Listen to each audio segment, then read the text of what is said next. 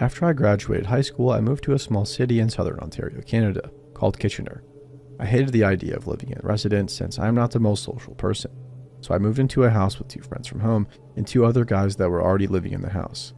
I am a very independent person, so I thoroughly enjoyed having my own bedroom and bathroom.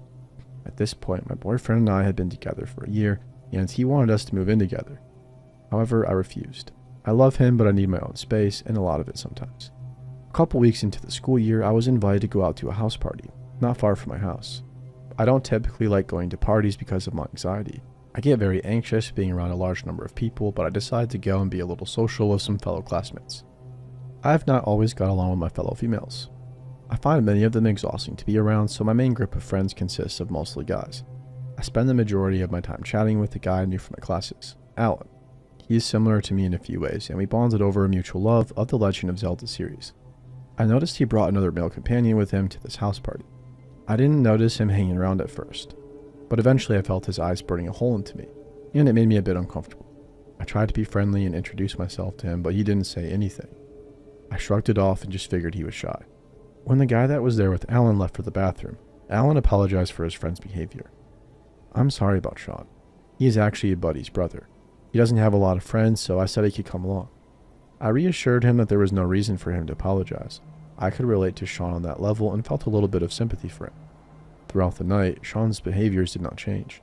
Even when I was not around Alan, Sean would always stick at least 6 feet behind me, always staring after me.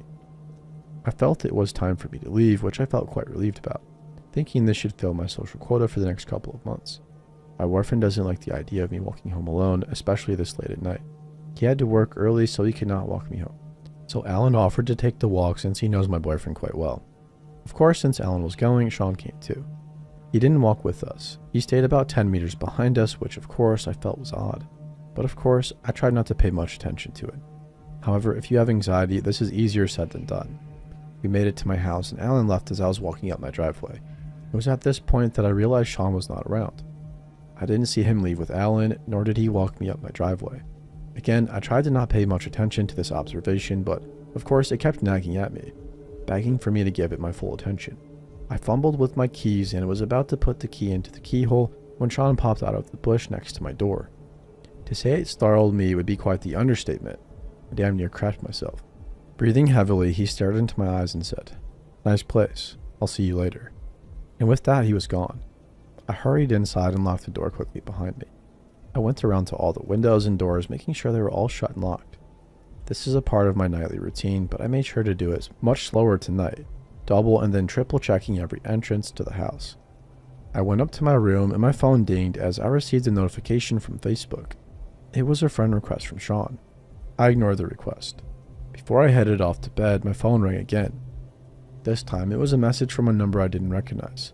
I never answer calls from numbers I don't know, or texts, so I ignored it and went to sleep. When I woke up the next morning, I had 55 text messages from this unknown number. I had my suspicions that it was Sean, but now I could confirm it. I was going to school for nursing at the time, and some of his messages were about him calling me his naughty little nurse, and now he wanted me to stick him with needles and then do it to myself. He would describe my body in great detail. I didn't reply to him. I blocked the number, but it made no difference. He would message me on Facebook, so I reported and blocked him. However, he would make new profiles and message me from them. This went on for a couple of weeks before it started to get much worse. I was heading back to my room after having a shower, and I noticed that I had a message from Facebook. It read, "I love when your red hair is wet. It looks like blood." My stomach felt like it dropped down to my feet. There is a small window in my bathroom. I have never felt so violated in my life. I had enough at this point and decided to call the police. I showed them all the messages he had been sending me from different accounts and numbers. I also told them about his most recent message about the shower. They went outside to look around the area around my bathroom window. What they found still disgusts me to this day. They found sperm all over the bush under my window. The police told me they would go and speak with him and left. I was furious they didn't do more. I head back into my room to see I have another message on my screen. "No one can save you now," it said. I have never felt so helpless in my life. Perhaps if more were done, it wouldn't have gotten as bad as it did. I didn't tell anybody about what was happening, especially not my boyfriend, not my parents or my roommates or my closest friends. Things started to escalate even more. He started to follow me home when I got off work, so I always had a coworker walk home with me, since he lived in the same area. I always knew Sean was there. I could sense him following out of sight under cover of darkness, eyes burning into me as usual. About a month later, my coworker had to go home early. He wasn't feeling well, and so I had to walk myself home. It had been a few days since I felt him follow me home, so I tried to tell myself that he had probably given up. It was a peaceful night. Beautiful. I didn't get the usual feeling that Sean was following me, to which I felt very relieved.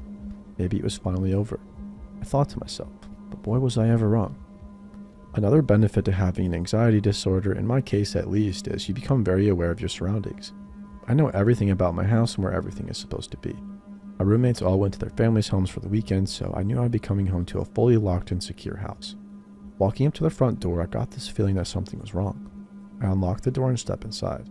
Everything in the front hallway was in order. I walked into the living room where we had a sliding glass door leading out to the patio. It was then that I stopped dead and I noticed it. The sliding door was not locked properly. The lock on it is kind of hard to push down for it to lock all the way. When I looked at it, it was only halfway down, as if somebody tried to lock it but didn't push it down the rest of the way when the lock started to resist. It was at this moment that I literally froze with fear. My roommates left before I left for work, so I locked up the house myself. Even if any of them came back while I was at work, they never used the patio door since they have keys. Plus, they all know about the fight you have to have with the door in order for it to lock completely. I ran into the basement and locked myself in the bathroom and called the police. It seemed like hours passed by before I heard a firm knock at the bathroom door and heard a male voice saying, "Police, open up." I didn't move at first, afraid that whoever broke in was just trying to get me out of the bathroom. But I heard a muffled, static voice from the policeman's radio. I opened the door to be greeted by 3 cops standing in front of me. "We found the man who broke into your house," said one of the officers. "He was hiding up in your bedroom." I didn't have to ask who the man was. Of course I knew who he was. I allowed myself to be led upstairs by the cops so I can identify the guy in the car as the guy who had been harassing me. When I looked into the car, Sean was staring back at me. He smiled maniacally up at me. "That's him," I said, softly to the cops. Before I turned to walk back into the house, I saw him mouth the words, "I'll see you later." I was told by police that when they found him in my room, he was hiding under my bed with a weapon. I didn't want to know the details about this weapon since I was already scared enough. There is no doubt in my mind that my life would have been ended had I not been as observant as I am. He was sent to jail and my life has changed forever. For somebody as independent as I am, changing into a person who is petrified to be by themselves concerned a lot of people around me. I couldn't bring myself to tell anyone, not even my boyfriend. I never wanted to worry any of them, especially my family. I found out a few weeks ago that he was released from jail, and I received a notification on Facebook from him sending me a friend request.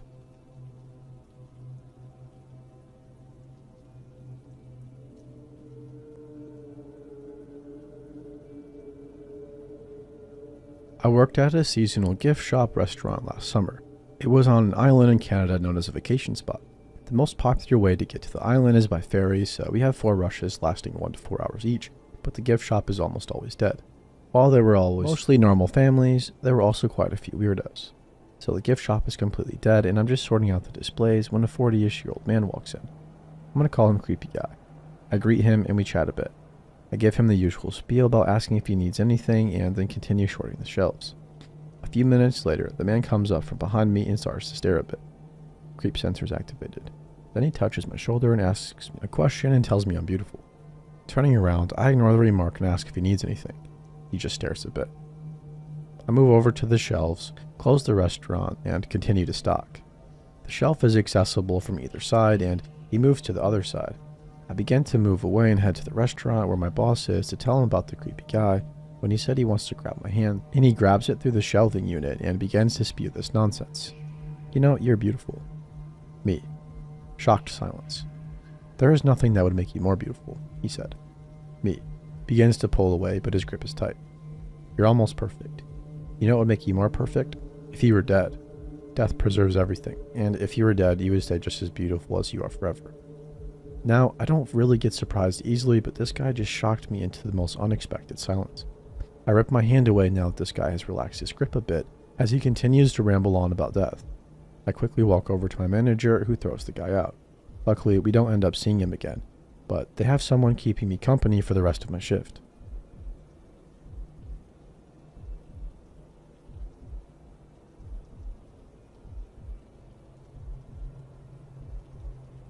In 2003, I was working as a stripper in the Phoenix area. I had been dancing for almost a year and was still getting the hang of how to get the most money from a regular with the least amount of clinginess reciprocated. I was also working off and on at 4 different clubs. I'll be calling them Club 1, 2, 3, and 4 for reference, alternating day shifts and night shifts depending on money. One night shift. This skinny, scraggly looking guy comes into Club 1 and hones in on me right away.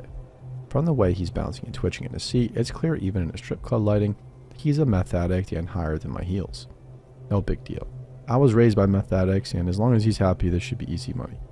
We go to VIP, chat, and I relieve him of his paycheck, and he goes on his way. The next night, he's back again and looking for me. I get his name, Steve. I tell him my name, Tori, and my fake backstory and head back to VIP again. He tells me he's a truck driver and is only in town for a few days a month. We have a perfectly nice, if not jittery time. No red flags. Everybody goes home happy, or in his case, probably sexually frustrated. Repeat the next night, then I don't see him for a month. This continues for about 4 months. He starts bringing in the finest gas station meth addicted approved gifts when he comes in to see me. By this point, he is also serenading me half the time I'm dancing for him. His favorite was Picture by Kid Rock and Sheryl Crow. He sang it despite whatever song was playing. Thankfully, I spent a lot of my time with my back to him, and my ass don't have ears, so I could only hear snippets of his impassioned baritone. The singing was creepy, not just because it's on repeat. He's now gesturing specific lyrics at me. The longer he sings, the more grabby he's getting. Not anywhere illegal, but grabbing my face to force me to stare back at him. Intertwining our fingers to hold hands. Pressing my hand to his heart and trying to press his hand to mine. By the end of this month's visit, he asked me to move in with him. He tells me that he just wants to know I'm at his house all the time. Of course, he also envisions himself as the typical customer in shiny armor. He's telling me he wants to save me, take me away from all this. I decide to be a little more honest with him and explain I have a girlfriend and I'm not interested in men or him, and that I'm happy living where I am. He tells me that he will let me keep my girlfriend. All he needs is to go down on me 3 days a month he's in town. I shut him down again. He starts begging me to think about it and he will come help me move in with him when he gets back next month. After this visit, I asked the manager to ban him. Unfortunately, without a pic of him on hand at all times, that's pretty much impossible. I settled for alerting the security guard, bartender and manager to give me a warning if he comes in asking again for me. When this time of the month comes around, I switch to a different shift at clubs 2, 3, and 4 to avoid him. When I go back to Club 1 the next week, he has left a couple of filled plastic grocery bags for me, full of notes scrawled on crumpled, dirty scraps of paper. Silk roses, small stuffed animals, panty roses, mismatched, taped together, greeting cards, and other detritus. There's a barely legible letter professing his love, an insistence again that I move into his place, and some poorly written graphic details of what he wanted to do to me. I was sufficiently grossed out and creeped out, and happily I had dodged his monthly visit. The following month rolls around, and I ditch what had become my regular club to avoid him again. I'm working the day shift at Club 2. Good money from lots of bored dudes on their lunch breaks. I'm getting to the last couple hours of my shift, and it's slow. I was on stage not really paying attention as I finished up my routine. I didn't see him until I was heading down the stairs to get off stage. He was a few feet in front of me, waving and starting to yell, "Tori," over and over. There was no way to get around him. As soon as I got to the bottom of the stairs, he grabbed me in a big hug. I was still topless from being on stage and didn't want him touching me. He wouldn't let go and kept grabbing handfuls of my hair and smelling it. I pushed away from him and started to tell him that my shift is over. That was my last stage, and I'm headed home. He looks upset and frustrated and says he just wants to hang out with me before he has to leave town tonight. I tell him that he will have to pay for me to sit with him, whether I'm dancing or not, and he agrees. I go and give the bartender and security a heads up that he's my creepy stalker guy, then go back to taking his money and attempting to placate him. Instead of me actually having to dance for him, he just has me straddle him topless while we talk. Not as unusual as it sounds, plus a nice break for me. He was unusually shaky and jumpy this time, so I resorted to making him sit on his hands. He proceeds to tell me how he went to multiple clubs looking for me this month, and how he asked various clubs if his girlfriend Tori was there. He tells me he has his house all cleaned up and ready for me to move into. I remind him again that I'm not moving in with him. He excitedly replies, "Well, you never know." I again remind him of my girlfriend who I was making plans to move to Canada with.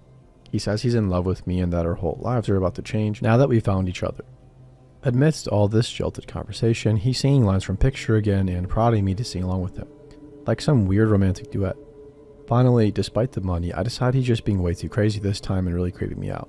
I tell him I'm done with my shift and I really need to get home. Before I can get off him, he suddenly wraps his arms around my waist, picks me up, and starts running towards the hallway that leads to the exit. I'm still topless, wrapped around this cracked out, skinny, scraggly, dirty trucker, while trying to flag down the bartender, DJ, or anybody because security wasn't there all of a sudden. He made it to the hallway and about 10 feet from the door when the absolutely massive security guard stepped back inside from walking a girl to her car. Steve tries to dart around him, and I'm reaching the security while Steve tries to pull me away from security and get me to the door. The brick wall of a security guard manages to plant himself in front of us and pulls me off of him before Steve can try anything else. He insists he was just joking and that he was trying to tell me goodbye. I bolted out of there and into the dressing room while he was still yelling for me to come say goodbye to him, as security practically carried his bony ass outside. Thankfully, he was banned this time. I decided to take a vacation with my girlfriend for a couple months after that, just in case he tried to show up in the parking lot of the club to stuff me in his trunk or something. He continued to call the club looking for me while I was gone. They lied and said I quit working there.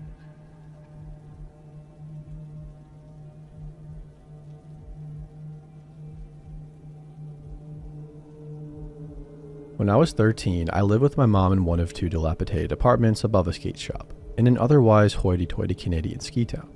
My mother is a lovely person, but she was deeply depressed following the divorce.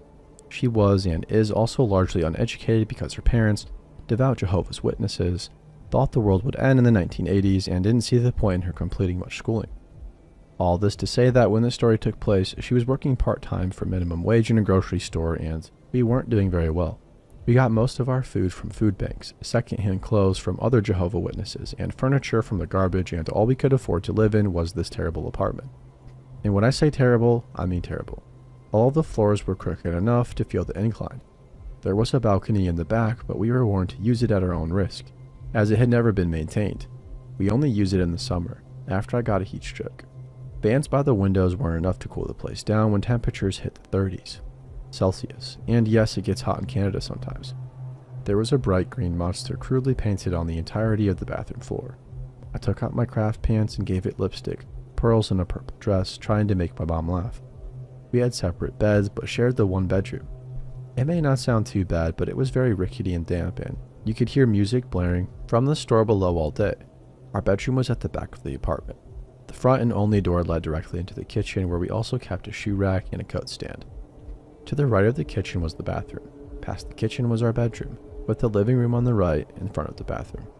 The second apartment mirrored ours. I didn't pay much attention to the man living there at first, but from what I can remember, he was in his 40s. Big, bearded, and didn't look friendly. That impression was very much confirmed one summer night. Every once in a while, his teenage daughter would visit. They tended to argue, and Mom would usually tuck me into the bedroom with earplugs when the daughter was there. That night was different. Our windows were open due to the heat, as were theirs, and even I clearly heard their argument devolve into something much worse. I'll spare you the transcript I wrote out just now. My heart goes out to that girl, wherever she may be. Mom jumped on the phone, and the police arrived quickly enough, but it felt like forever, still hearing the beating and the cries. They took the neighbor away and informed us that he had several outstanding warrants and wouldn't be back for some time. Relieved, we went on with our lives. Church. Well, that was school for me at that point. Food bank, garbage, and church. I don't remember much from that year, if I'm honest. Months later, the neighbor returned. I don't remember if we saw him or just heard him going about his former routine next door. I just remember knowing he was back. It mustn't have been more than a week later when he broke in. I remember a noise, sitting up, a tall silhouette at the end of my bed, and heavy breathing. Mom jumped out of her bed screaming, swearing, and she never swore. Mom grabs one of her favorite heels, fortuitously lying nearby, and goes after him with the pointy end. She kept screaming and hitting and pushing until he was out of the door. We were both crying, looking around in a bit of a daze.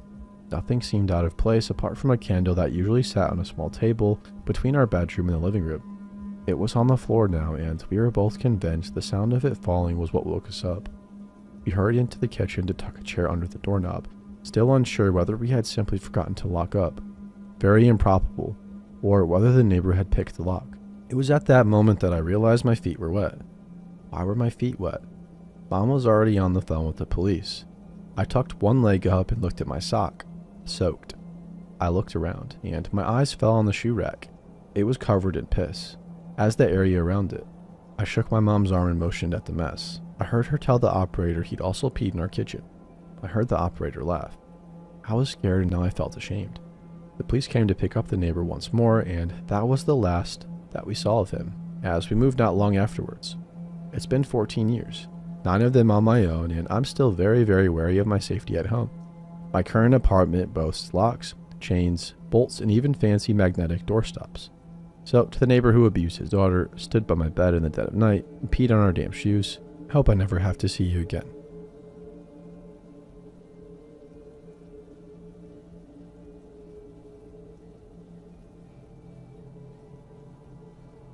I heard about this subreddit when watching YouTube videos. I thought I'd share my story, and I apologize if this is long-winded. I've read the rules and I hope this doesn't break any of them. I guess I'll find out if it does. Anyway, my father is not a good person and very likely a sociopath. He once threw a heavy object at his younger sister's head. I'll refer to her as my aunt from here on out. He claimed it was an accident, but my aunt knew it was on purpose. He got into hard drugs in his teens and remains a drug addict to this day. I don't remember much of him from my early childhood, but what I do remember isn't very good. Pulling up the skirt of my dress to expose my underwear when I was 4, for no other reason than to humiliate myself. Family members always told me that I loved skirts and dresses when I was little, but most of my childhood I can only recall hating them. I have to wonder if that had something to do with it. Other memories include him and my mom yelling at each other until she locked herself in the bathroom, and me putting my pet gerbil on his shoulder only for him to snap at me until I cried. But in order to fully understand the unsettling nature of the story, I have to go back to things I don't remember, or at least not in any kind of detail. I only know what my other family members have told me. My mom was 17 and my dad was 24 when they hooked up. To be fair, although my mom shouldn't have been allowed to do the kind of work she was doing at that age, she barely knew English, having moved from Quebec to Ontario, and I think her employers never bothered to make sure she was of age. Not that it would have been illegal for my father to have a relationship with her, even if he'd known her age, as the age of consent in Canada was only 14 back then. It's still only 16 now. Anyways, my father, the selfish person that he was, refused to wear condoms, and my mom had been told by doctors that she couldn't have children. It didn't take long before it happened, and for about the first year of life, things were okay. It wasn't until I was in my late teens that I learned my mom had become pregnant again shortly after my birth and had an abortion. It wasn't until my mid-20s that I learned my father didn't care what the doctor said about giving my mom some time to recover after my birth. My brother was born prematurely, a mere year and a half after me. When he was about 13 months, my Nana, paternal grandmother, got a call from my Mimi, maternal grandmother. In broken English, she told my Nana that my brother and I were alone in the apartment and she didn't know how long it had been. My Nana drove the 3 hours to our city and was horrified by what she found. My brother was in nothing but a nappy, crawling around on the cold floor and had a swollen gland in his neck that was ready to burst. I had a blank stare and was coloring on my bare skin with crayon. When one of my other aunts relayed this to me, she wanted me to understand that it actually hurts to color on bare skin with crayon. Apparently that's how gone I was. I'm not going to go into all the details of my brother's and my recovery and our Nana's care, but my brother didn't know how to be held and I was 2.5 and not talking. I would, however, scream at the top of my lungs whenever a strange man would enter a room I was in, and sometimes just randomly. My aunt, my Nana's goddaughter, says they were the worst screams she's ever heard. I was put into art therapy and drew pictures of houses with no windows in black crayon and people with disproportionately large hands. Later drawings featured various characters in chains, ropes, gags, and blindfolds. My brother, meanwhile, had night terrors for a while. Like I said, I don't remember whatever it was that traumatized me so badly as an infant, but sometimes I wake up late at night feeling very afraid for no discernible reason, and I retained a fear of large male hands until my mid-20s. I also have scars on both my inner thighs. No memory at all of where those came from. One looks like a scratch and the other like a clean cut. Fast forward to my teenage years. My brother and I had left our mom to live with our Nana again, and our father, our Nana's son, had claimed to be off the drugs and came back into our lives. It was a mistake for any of us to believe he could be a better person. He took advantage of my Nana, who was a cancer patient, and he and I used to clash a lot. He'd get my brother to search my room for any money I'd saved up when I was out of the house. When I later found out, I was livid, and he'd promised to pay me back, but he never did. He would show my brother and his friends really age-inappropriate things and get mad when any other family members put a stop to it. I remember he and I were in the living room once and had a pretty good conversation, which happened sometimes only because we were both intellectuals. Afterwards, he seemed to fall asleep and I just started reading a book. I looked over at some point for whatever reason, and he was masturbating. His eyes were closed and his pants were still on. I don't know if that was just a habit he had while sleeping, or I'm not sure I want to know. The house we lived in was fairly big, and my nana often rented out some of the rooms. We'd fairly close to the couple renting one of them. My father was living in his own apartment by now, though he came around often. I was sick with the flu one night when my father got into a shouting match with the male renter. The girlfriend was crying and I wanted her near me, both to offer comfort and because I somehow felt safer with her near when men were yelling at each other. Thankfully they didn't get violent, but my father was going to leave and wanted to take me with him. I don't know why, but I got an overwhelming feeling of dread. I'd visited him before and nothing had ever happened, but I never felt safe there, always on edge. I was sick and not very assertive at the best of times, so I was just going to get along with it, even though my gut was screaming at me not to. Thankfully, the female renter put her foot down and said I was too sick to go, and I agreed. A few years later, my brother moved in with her father. It wasn't long till he came back, bringing their kitten with him, traumatized but refusing to give details. Shortly after, I learned our father had almost died a few times, but many years later, he still won't talk about that. The whole family has cut my father off by now. He's tried to seek out my grandpa, but nobody else, and now that my grandpa's moved and changed his number, my father has no way of accessing any of us. But here's the thing. I'd assumed when told about my early childhood that whatever had been done to me had been by my father's friends.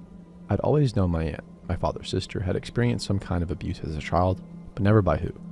A year or so ago, my aunt revealed it was my father who'd done it. I also recall a time when my father told me about a time that he assaulted a woman who was passed out. He'd make a big show of being against sexual assault, especially of children, but clearly didn't walk the talk. He hadn't drawn the line in his own little sister, so it's not a stretch that he wouldn't stop at his kid either. Given that, and the many borderline inappropriate comments he's made to me, and everything I've detailed so far, I have to wonder if it wasn't just his friends who'd done whatever to me as a baby. And given that overwhelming intuition I'd felt that it wasn't safe to spend the night at his place when I was sick and incapacitated, I have to wonder just what would have happened if I had.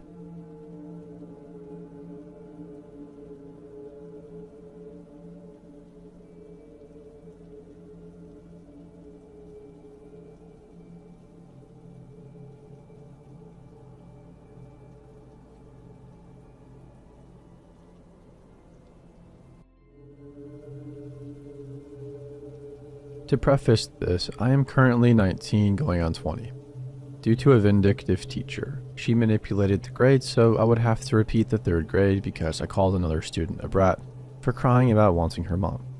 The context behind it is irrelevant, but the rundown is this girl thought because her mom was a teacher that she could cry her way into her mom's class.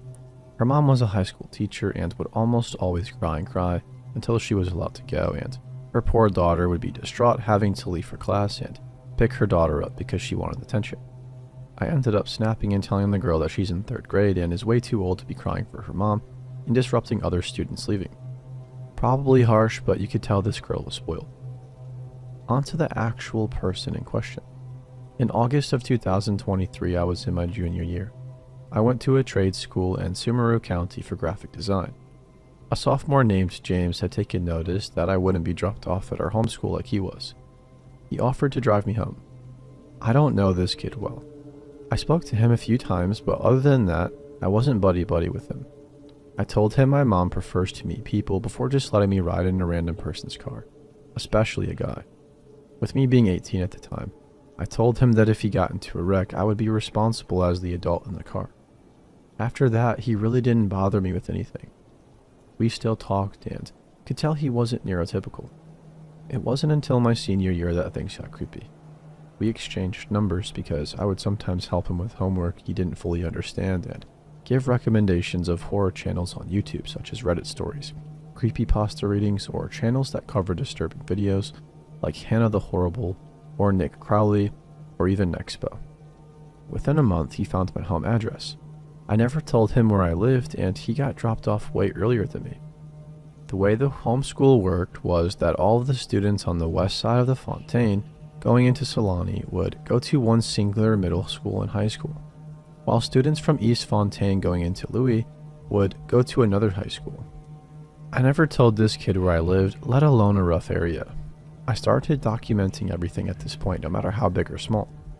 In the next following months, if I would fall asleep on the bus, he would tap my headphones, snap them on my ears, kick my legs, shake me, or call my phone just so I would talk to him.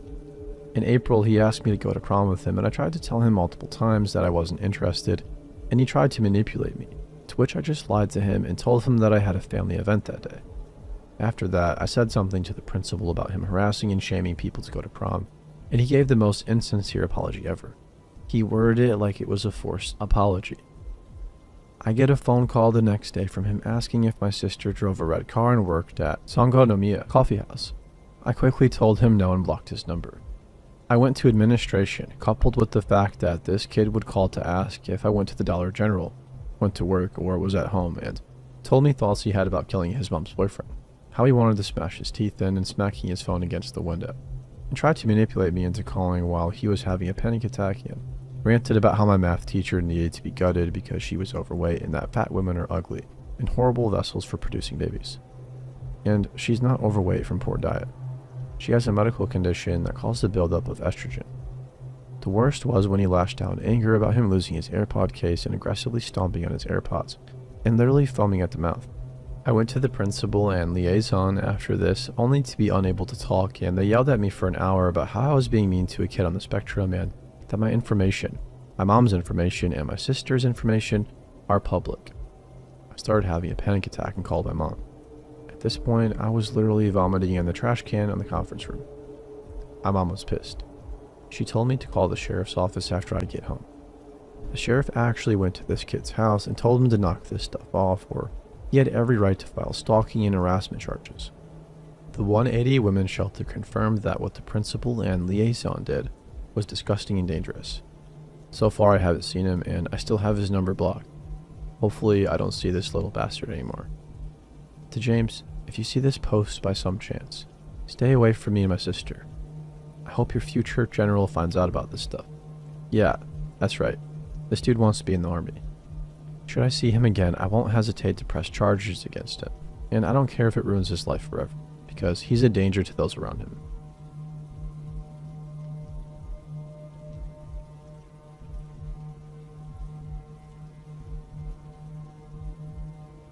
Okay, so this whole thing began maybe 2 months ago. At my aunt's party, my sister comes up to me and says that she thinks somebody has been coming into her house in the middle of the night. My sister has always been easily scared, so at first, I was skeptical. I asked her how she knew somebody had been in the house, whether she had actually seen anyone. She told me she hadn't seen anyone, but she said that she knows for a fact somebody was in her house. She then went on to explain that she has a skybox downstairs that streams to her bedroom television. The first time it happened, she said she heard the TV was being used, so she turned on her TV and somebody was flicking through the channels. I still didn't really buy what she was saying, but she did seem genuinely afraid. She claimed it had been going on for 3 months on and off. To put her mind at ease, I told her I'd stay at her place for a few nights and wait to see if the guy comes. I took my younger brother along just to be safe. In all, we stayed at her place for 4 nights. In those 4 nights, nothing unusual happened. I and my brother were convinced that she was going crazy. My brother and I decided that we had stayed long enough and told her that we had to go home. She got extremely upset about this. I reassured her and told her to call the police the next time it happened. She had called the police once before about the guy, and they turned up to find that nobody was in the house. I said she could call me any time that she wanted and left for work. 2 days later, she called me at 11:30 p.m. and claimed he was downstairs in her house right now. I asked her how she knew, and she said he was walking around the house. She was whispering and crying. I knew she wasn't making this up. I could tell from her voice. I called my brother and told him to meet me at her house. I was on the phone with her the entire drive over to her place. I lived 10 minutes away. When I got there, my brother was parked outside. We both went to the back of the house. I was still on the phone with my sister. The first floor of the house was lit solely by the TV in the living room. As we approached the patio door, we saw that a man was sitting on the couch facing us. We were frozen solid, and my sister noticed that we went quiet and started asking what was wrong and if we could see him. I told her to stay quiet and that we had it in hand. I then hung up and called the police to explain the situation. The guy hadn't moved from the couch at all. The TV turned off while we were waiting for the cops. I and my brother majorly freaked out when it happened. We couldn't see anything downstairs, then the hallway light turned on, meaning somebody was in the hallway. We opened the patio door and ran up the stairs and called the guy with his ear to her door. We kicked the shit out of him and got my sister out of the house. He had a knife in his coat pocket. The cops came maybe 10 minutes later. He could have killed her if he wanted to, which is outrageous. It turns out that the guy was one of our mom's old boyfriends who had lived with us for a while in the 90s. He had always been fond of my sister, but we had never suspected it to be him. He hadn't contacted any of us for nearly a decade. My sister has moved back in with my mom and is undergoing therapy to get over what has happened. Our stepdad, as he liked to call himself, was given 3 years in prison, and we are doing our best to cut all ties with the man.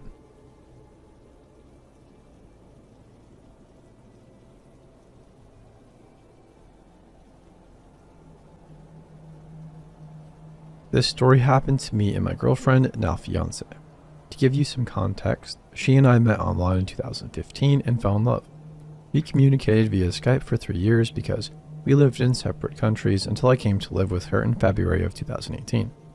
So, a few weeks or so before I flew to meet her, she had made friends with a group of guys in her hometown, and I got to meet them shortly after living with her. They ranged in age from 16 to 18, and they would come over to visit us very often because we lived close to the high school they attended. At first, I found it a bit weird that they would always come over and take up so much of our time, but they turned out to be really good friends over time. One of them even agreed to become one of my groomsmen recently. But back then, there was one in particular that always bugged me. That was Dan. As I mentioned earlier, the guys would come and visit and hang out with us a lot, but Dan was the one that would always take up most of our time. I say this in the sense that he would message us nearly almost every day, asking if we were home and if he could come over, and would proceed to spend almost the entire day, from morning to night or early afternoon to night, depending on his work schedule, at our place. He would also go out of his way to meet us and bump into us wherever we went, whether it was the store, a coffee shop, or any other place you could think of. While I found this annoying, there wasn't anything particularly creepy or weird going on yet. Mind you, we live in a small town where it's almost impossible to not run into somebody you know on the way to buy groceries or something like that. Plus, I'd only known him for about as long as my fiance had known him, which wasn't a very long time, so I thought I was just maybe judging him too harshly. Also, he was in a long-distance relationship with a girl from another country who he was hoping to meet in real life, just like me, so I could at least relate to him in that aspect. I decided to let it slide, but made a note to keep an eye out for any suspicious behavior. The problem seemed to start once he also tried to incorporate himself into other aspects of our life. He would make friends with anyone that we'd been friends with for a long time, tag along with us whenever we were going to meet up with said friends, even though he hadn't been invited, hang out with them without us knowing and stuff like that. My favorite instance, and the one that made me become more suspicious of him, was one time when we were going to hang out with some longtime friends of my fiance. As the friend had finished her shift and we were getting ready to get into her car to drive over to her place, Dan suddenly shows up and joins us at their place uninvited. It was just so off-putting that he would invite himself over without our friends or even our permission. Then when we were done there and walking home, the three of us passed by his house. We lived further away at the time and assumed that he would go home, but nope. He kept tagging along with us with the excuse that he needed to buy something at the store, which was BS since all stores had been closed for over an hour and he knew it. So he kept walking with us until at one point when we were almost home, we put our foot down and told him that we were tired and just wanted to go to sleep as soon as we got home, and told him to go home. It took us 10 minutes to convince him, during which he would react to our requests with awkward and creepy silences until he finally headed home annoyed. My fiance, concerned that she'd offended him, asked if he wanted to hang out with us later in the week. What followed were various weeks of him coming over to our place, staying until late at night and slowly leaving more and more of his stuff at our place so he had an excuse to come over. I shit you not. He once brought over his PS3 with a bag of 30 or so games which stayed there for 3 months. It got to the point where people thought he moved in with us. He also seemed to have problems with all of our friends. Among other things, he would get into arguments with our friends and told one friend who was goofing around at our place once that he would kill him if he didn't shut up. He lied to us and made us believe that 2 good friends of ours wanted to report us to the police, lying saying that we drugged our friends. I mentioned earlier that some of them were 16 at the time. He allegedly hit one of our friend's girlfriends once. This was never confirmed, but I have no reason to believe it's a lie. It was like he wanted us all to himself and to isolate us from our friends. The last thing he did, which ended up being the key to us getting rid of him forever, was that he started dating my fiance's cousin, MJ. He broke up with his long-distance girlfriend under suspicious circumstances and started dating her. As a result, whenever MJ came to visit, Dan would come along as well. My fiance wanted to hang out with MJ. There was Dan. Even when he was dating someone else, his obsession with us never ended. One day when we were in town, we met another friend of ours, and Dan insisted that we hang out with that guy all day when we already agreed to do something else. When we refused, he and MJ ditched us to be with him, and that was when we had enough. We got into a huge fight later that day in the park with some of our friends as witnesses and told him off, telling him we wanted nothing to do with him anymore and to pack up his stuff and never show his face at our place again. This unfortunately resulted in my fiance and MJ not talking to each other for a long time. We had to move a few times since then, the most recent being February of last year, and we never saw him and blocked him on all of our social media and blocked him out of our lives. We know from friends that he tried a few times to ask around where we live, but our friends always have our backs and don't tell him. MJ and my fiance recently made up after she dumped him, and now that sour taste he left behind is for the most part gone. It goes without saying that we never want to see him again. Edit. Wow, I didn't expect to get this many upvotes, so thanks guys. I realize there are a lot of questions or gaps to fill in, so I will try my best to fill them in here. 1. People have asked if he had parents or what his home life was like and whether this might have affected his behavior. He does have parents, but I have no idea what his home life was like. All I know from friends and hearsay is that he apparently has violent tendencies and that his family had to move from his hometown in the past because he'd been accused of allegedly assaulting a teenage girl. I don't know if it's true or not, but considering what we've discussed here, I wouldn't rule it out. He can also be manipulative and tries to use people to get what he wants. He was 18 when we first met him and should be 20 by now. We found out recently that he moved out of his parents' house and got his own place now. 2. Some people have considered the possibility that he might have been in love or obsessed with my girlfriend. While I wouldn't rule it out, it was after talking to my fiance's cousin that we figured out another possible explanation. Dan loves to talk about cars, and he found out that my father-in-law likes to collect vintage cars and that he'd recently gotten his hands on a vintage highway patrol police car. As I mentioned, he tries to use people to get what he wants, and he figured if he could get along with us well enough that he'd get a chance to ride shotgun with him or even borrow the car. There was no chance that would happen though, since daddy-in-law treats that car like his own son and would never let anyone else drive it, so yeah, tough luck, Danny. 3. To the people commenting how weird it was that we were hanging out with 16 to 18-year-olds. First of all, yes, we do have lots of friends our own age and we do hang out plenty with them as well. I'll admit I found it weird myself at first when they would always come over and want to hang out with us, and I was concerned about whatever rumors might start floating around. But the more I got to know them, the more I understood that they were pretty down to earth overall. Yeah, they could goof around a bit when we were hanging out, but for the most part, they were surprisingly mature for their age. Also, they would always ask first if they could come over, and they trusted us enough to confide in us with whatever was on their mind. Also, their parents know us and trust us as well, and they didn't feel the need to keep it a secret that they were friends with us. One friend's mom had recently died of cancer at the time, and we had found out from his father that he seemed happier and less depressed about it whenever he came home after spending time with us. Besides, we like to consider our home a safe space where anyone is welcome, regardless of age, gender, race, etc. Well, not literally everyone, but you know what I mean. And while in hindsight, that might have been part of the reason why somebody like Dan slithered their way into our lives, as long as you're respectful and kind, we wouldn't have it any other way.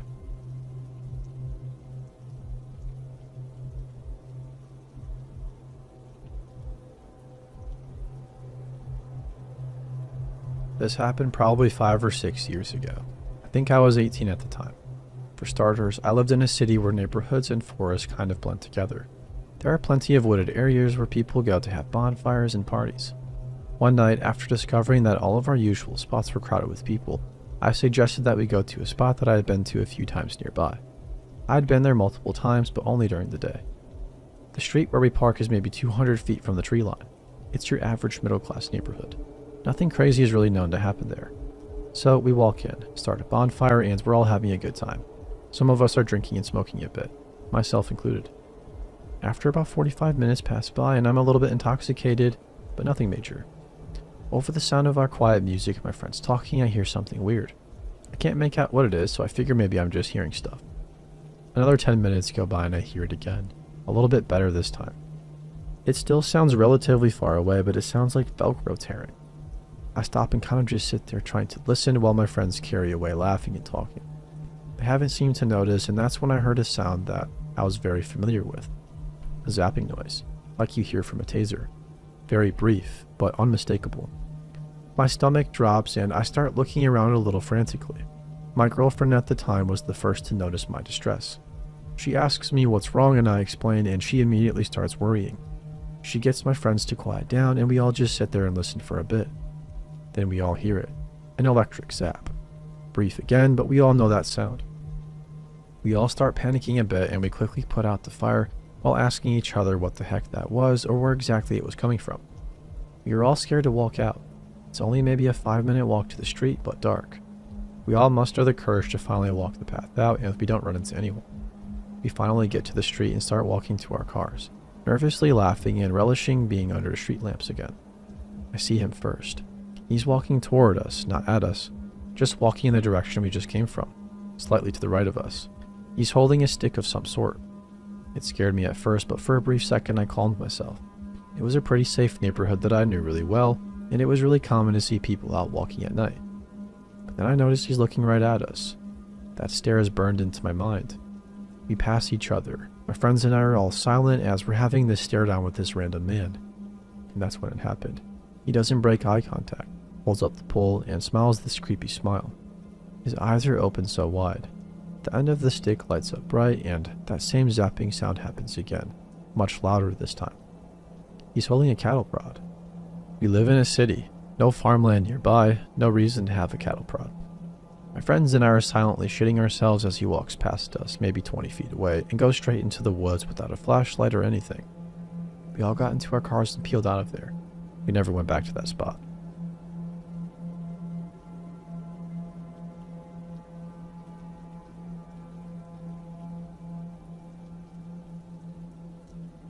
Two years ago, when I was a sophomore in high school, I started dating someone, Grayson. Our relationship was very explosive and toxic, but that is not what this story is primarily about. Grayson's dad always gave me the creeps. I believe in a way he was a pathological liar. Here's some background. Tim is really full of himself. He believes he's established his own businesses and thinks he's come up with innovative war tactics that the government is using thanks to him. I also have reason to believe that he was dishonorably discharged from the military. Grayson always told me that he left the Air Force to come home and be with his wife. He doesn't have his uniform. He doesn't have any paperwork regarding this. However, leaving because your wife misses you isn't a valid excuse in the military. At first it seemed innocent, such as giving me and my mom his cell phone number in case we needed to be in touch. Grayson was always bad about ignoring texts from his dad in school, so I'd find him and tell him his dad was waiting outside for him. But it got kind of weird.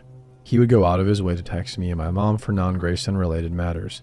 He would often invite me over when Grayson was not over to do things such as Grayson's laundry or to bake cookies, or to even wait until he gets home to surprise him. My mom never let me, nor did I really want to go because I knew this was weird. Anytime Grayson and I were on the phone, his dad would start saying really mean things to him, yelling at him, calling him all kind of names. It always made me uncomfortable because I'd come around and his dad would act very different. He started treating Grayson and me anytime like we were on playdates, like we were children. He would often remark about me being his stepdaughter to strangers, and this man could talk. He would talk to anyone and everyone regardless of whether they seemed up for the conversation or not, which made it really awkward for us because Grayson would have his arm wrapped around me or we would be affectionate, and him saying that would make things awkward for us. I remember trying to tell Grayson several times that his dad really freaked me out, and my parents were not happy about his dad either. He didn't really understand. He told me he had lost his daughter at birth and that maybe him acting that way was his way of coping with it. Grayson's dad, Tim, had recently gotten close with a neighbor at the apartment complex. She had a daughter. Kelly was 6, maybe 7 years old. Her mom was a deadbeat, would only come around Tim whenever she needed money to get cigarettes or drugs. But she did not hesitate to let Kelly spend several hours alone with Tim, or to let Tim pick her up from school. I remember one specific time that he brought Kelly along to pick Grayson up from my house. It was cold. He sent her to my door in pajamas. We had been watching a scary movie, and when she saw Grayson, She excitedly said, "Tim is taking me to see Moana." It was 11 p.m. It was really late, and I was extremely bewildered. Kelly eventually got taken away from her mother and was in a foster home. Tim would try to get me or Grayson to go to the door and leave stuff for her to have from Tim. Then he eventually even tried to get custody of her, regardless of the fact that there was no blood relation or any credentials that would allow him to do so. Another time around the Super Bowl, he had come up to the door with a beer bottle in hand. He doesn't even ask to come in. He just kind of forces the door open and comes into the bathroom to pee. He then takes Grayson, beer bottle in hand, and drives home. Here's a list of other things that I remember happening, but it's been over a few years, so there is more, but I cannot recall every detail. One time, Tim texted my mom and inquired about me and Grayson. We had been arguing, and we argued a lot. His dad then jokingly asks my mom, supposedly, "Is she on her period?" I get it is a crude joke and many guys joke about it, but imagine someone texting you and asking on your daughter's behalf. Another time, Grayson and I were giggling and making jokes in the back seat. I remember his dad was always talking about me and Grayson getting married. I was a sophomore, he was a freshman. So we thought about it, yeah, but it was ideally going to happen? Not really. Grayson did said something along the lines of getting married. I don't think so. His dad then says, "Well, if you don't marry her, then I will." I was shocked that something like that would even be said. I was at that point very weirded out. He asked me to go out to the Golden Corral with him and Grayson. I knew Grayson was at his mom's house, but for some reason, I thought he had already come home and was with his dad. Got into his dad's car. I was just in the car with him and two other older men. I started furiously texting Grayson. I asked him where he was and if he was actually going. But he was asleep and he didn't even know his dad had come and got me. His mom was pissed. She chewed his dad out on the phone while it was on the car speaker and I was sitting behind his seat. She said he needed to stop with this weird behavior. We go inside the restaurant and I'm quiet, just waiting for Grayson to text me. I'm upset and confused. He finally comes in and he was mortified. I wanted so badly to go home, but I didn't want to make a scene by leaving, so I tolerated it. Our last and final argument ensued. It was because Grayson had started talking to other girls. Grayson made it very clear that he did not permit me to talk to other boys. I unadded every boy I had in social media, so this really distraught me. After everything our relationship went through, there were other signs that I ignored too, about how he surrounded himself with girls when I wasn't around and how he touched other girls in his gym class. But this was the final and last time I wanted to be walked all over. I snitched on him to his dad. I didn't explicitly say what Grayson had did, but I did ask him to delete my number and told him I wouldn't come around anymore. His dad told me that I was being unreasonable and that his son was a gentleman and that he raised his son well enough and that his son wouldn't cheat. It was a lot more drama than I needed, so at the end of it all, I blocked him on everything. Tim started trying to reach out to me through his Facebook account and through his business account. I often just blocked him and didn't tell my mom because I felt like it was old news. A few months ago, I reached out to Grayson. Grayson had taken my virginity. I was embarrassed to tell him that I had an STI and that he needed to be checked. A week or two later, I got a letter in the mail. His dad, Tim, decided to reach out to me. Keep in mind, me and Grayson had only talked about the STI stuff. Nothing more. We had been apart for 2 years. I still lived at the same address. I suppose he had told his dad he needed testing done, and his dad took it upon himself to discipline me. Now 18 years old. I'll retype a few things said on this card. The front of the card says, "Which first, pout or cry?" With a little girl in pigtails on the front pouting. Opening the card, it originally just says, "Miss you," and written all over the card. "You are too smart for irresponsible behavior. Respect yourself and respect your body. Reach for the stars. Achieve your goals and get your education. Don't blow it now. Hang on, baby girl. If you need me, just call. If you need a ride or just someone to talk to, your friend Tim." Picture your future present tense. Achieve your dreams. Hey dear, respect yourself. Don't throw yourself at boys. If a guy truly loves you, he will hold on to you. There are many diseases out there, and some are incurable. Reserve sex for marriage, and do right by God. Don't become a baby mama. You are smart, pretty, nice, and sincere. Don't let the world change you. I wasn't the one to open the card. My mom was, as she had recognized the name. She called the cops and had them investigate it further. The cops even remarked that this behavior was strange and should be looked into. I don't really know all of the details. I was working when all of this went down. We still have the card in my mom's nightstand as evidence just in case this were to go any further. His older brother, Tyler, works at a bar-type restaurant that we frequent a lot. He and I don't really make small talk. We act like we don't know each other, but the way he looks at me, I can tell in a way he feels sorry. I truly empathize with him, because he too has a long-term girlfriend, and I can imagine his dad is doing the same thing to them.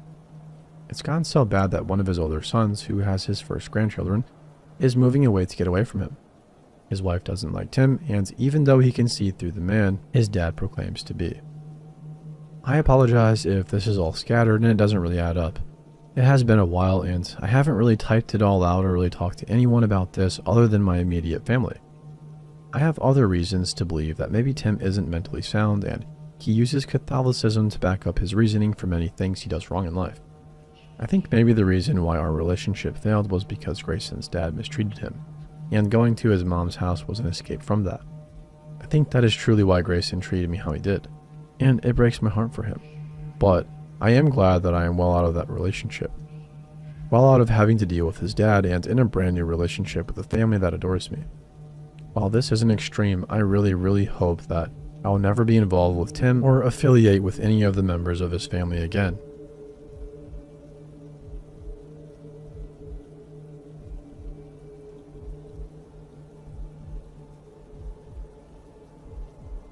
After following this subreddit for a while, I always end up thinking back to a situation that happened to me in my childhood.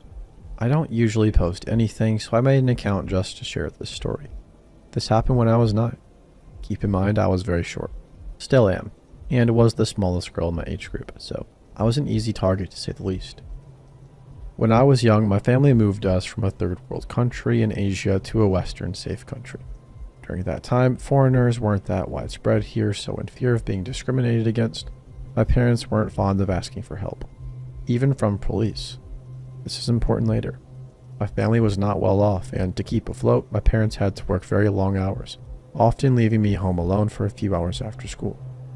I had been walking home from school with my neighbor Dan, who was my age, when I noticed he kept looking behind us with a troubled expression on his face, as if something were wrong.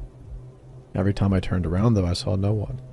Whenever I asked him what was up, he just dismissed it and said nothing. Thinking back on it now, I think he didn't want to scare me. I brushed it off as Dan playing a prank on me, though, and we went home even though my gut was telling me something wasn't right. After about 20 minutes of being at home, I suddenly hear a loud knock on the door. This was very unusual, as nobody usually visited, so to me, this was already a huge red flag. I crept to a window that had a view of the porch and discreetly lifted the corner of the curtain to see who it was without being detected. I saw a tall man around mid to late 20s with short hair, and he was wearing a long black coat with black pants. What scared me was his demeanor. He looked very tense, almost angry, and was glaring at the door very hard. I barely saw him blink. All the while, he was constantly knocking. I watched him for a couple of minutes until it seemed like he was leaving. I immediately called my parents, and they told me to never answer the door, that it was probably a door-to-door salesperson or something. I thought that maybe they were right until the knocking soon began again. Only this time he was pounding the door, almost as if he wanted to break it. I was so terrified. He kept pounding, and after a solid 10 minutes, he shouted, "I know you're in there, little girl." I nearly lost my shit. I frantically kept calling my parents, telling them what I heard, and I think this man was going to try and hurt me. My parents, not wanting to get in trouble for leaving a 9-year-old home, the legal age here is 14, to be able to stay home alone, didn't want to call the police and kept telling me if I just hunkered down into the room furthest in the house and waited, he would go away. Now, to be fair, my parents aren't horrible or uncaring. The house is built solidly, and there was no way of entering or exiting except for the heavy front door where the man was. Even the windows weren't easily accessible. But all this meant to me was that I was trapped. I remember crying so hard and being terrified for my life, but trying to be silent, just in the off chance the man could hear me. By this point, the man kept alternating between pounding the door and staying very still and silent. I knew this because I kept creeping back to the window, hoping the silence meant he went away, but he was always there, giving that same intense, hateful stare as if he wanted to make me feel it through the door. It felt like he had been standing there for hours, but in reality, this whole ordeal lasted about 20 minutes. Thankfully, after that 20 minutes, I heard nothing and couldn't see him either. Not long after that, my mom came home early to check up on me. She checked around the whole house and the surrounding area and even asked the neighbors, but the man left no trace and nobody else had seen him. The only sign he was there was a couple of scratches on the door. When Dan was questioned by the adults, he just said that he noticed a man following us from near the school area, but the man kept his distance so he couldn't get a good look at him. He also wasn't sure whether it was just somebody who happened to be walking the same way as us, so he didn't want to say anything. We never found out what the man wanted with me. After that, I wasn't allowed to be home alone for a long time. Instead of going home, I'd go to Dan's house after school until one of my parents picked me up. As far as I know, I never saw the man again. Honestly, I wish they called the police because after that day, I became permanently paranoid about strangers. To this day, I still get anxiety if somebody knocks on my door, even if I'm expecting someone.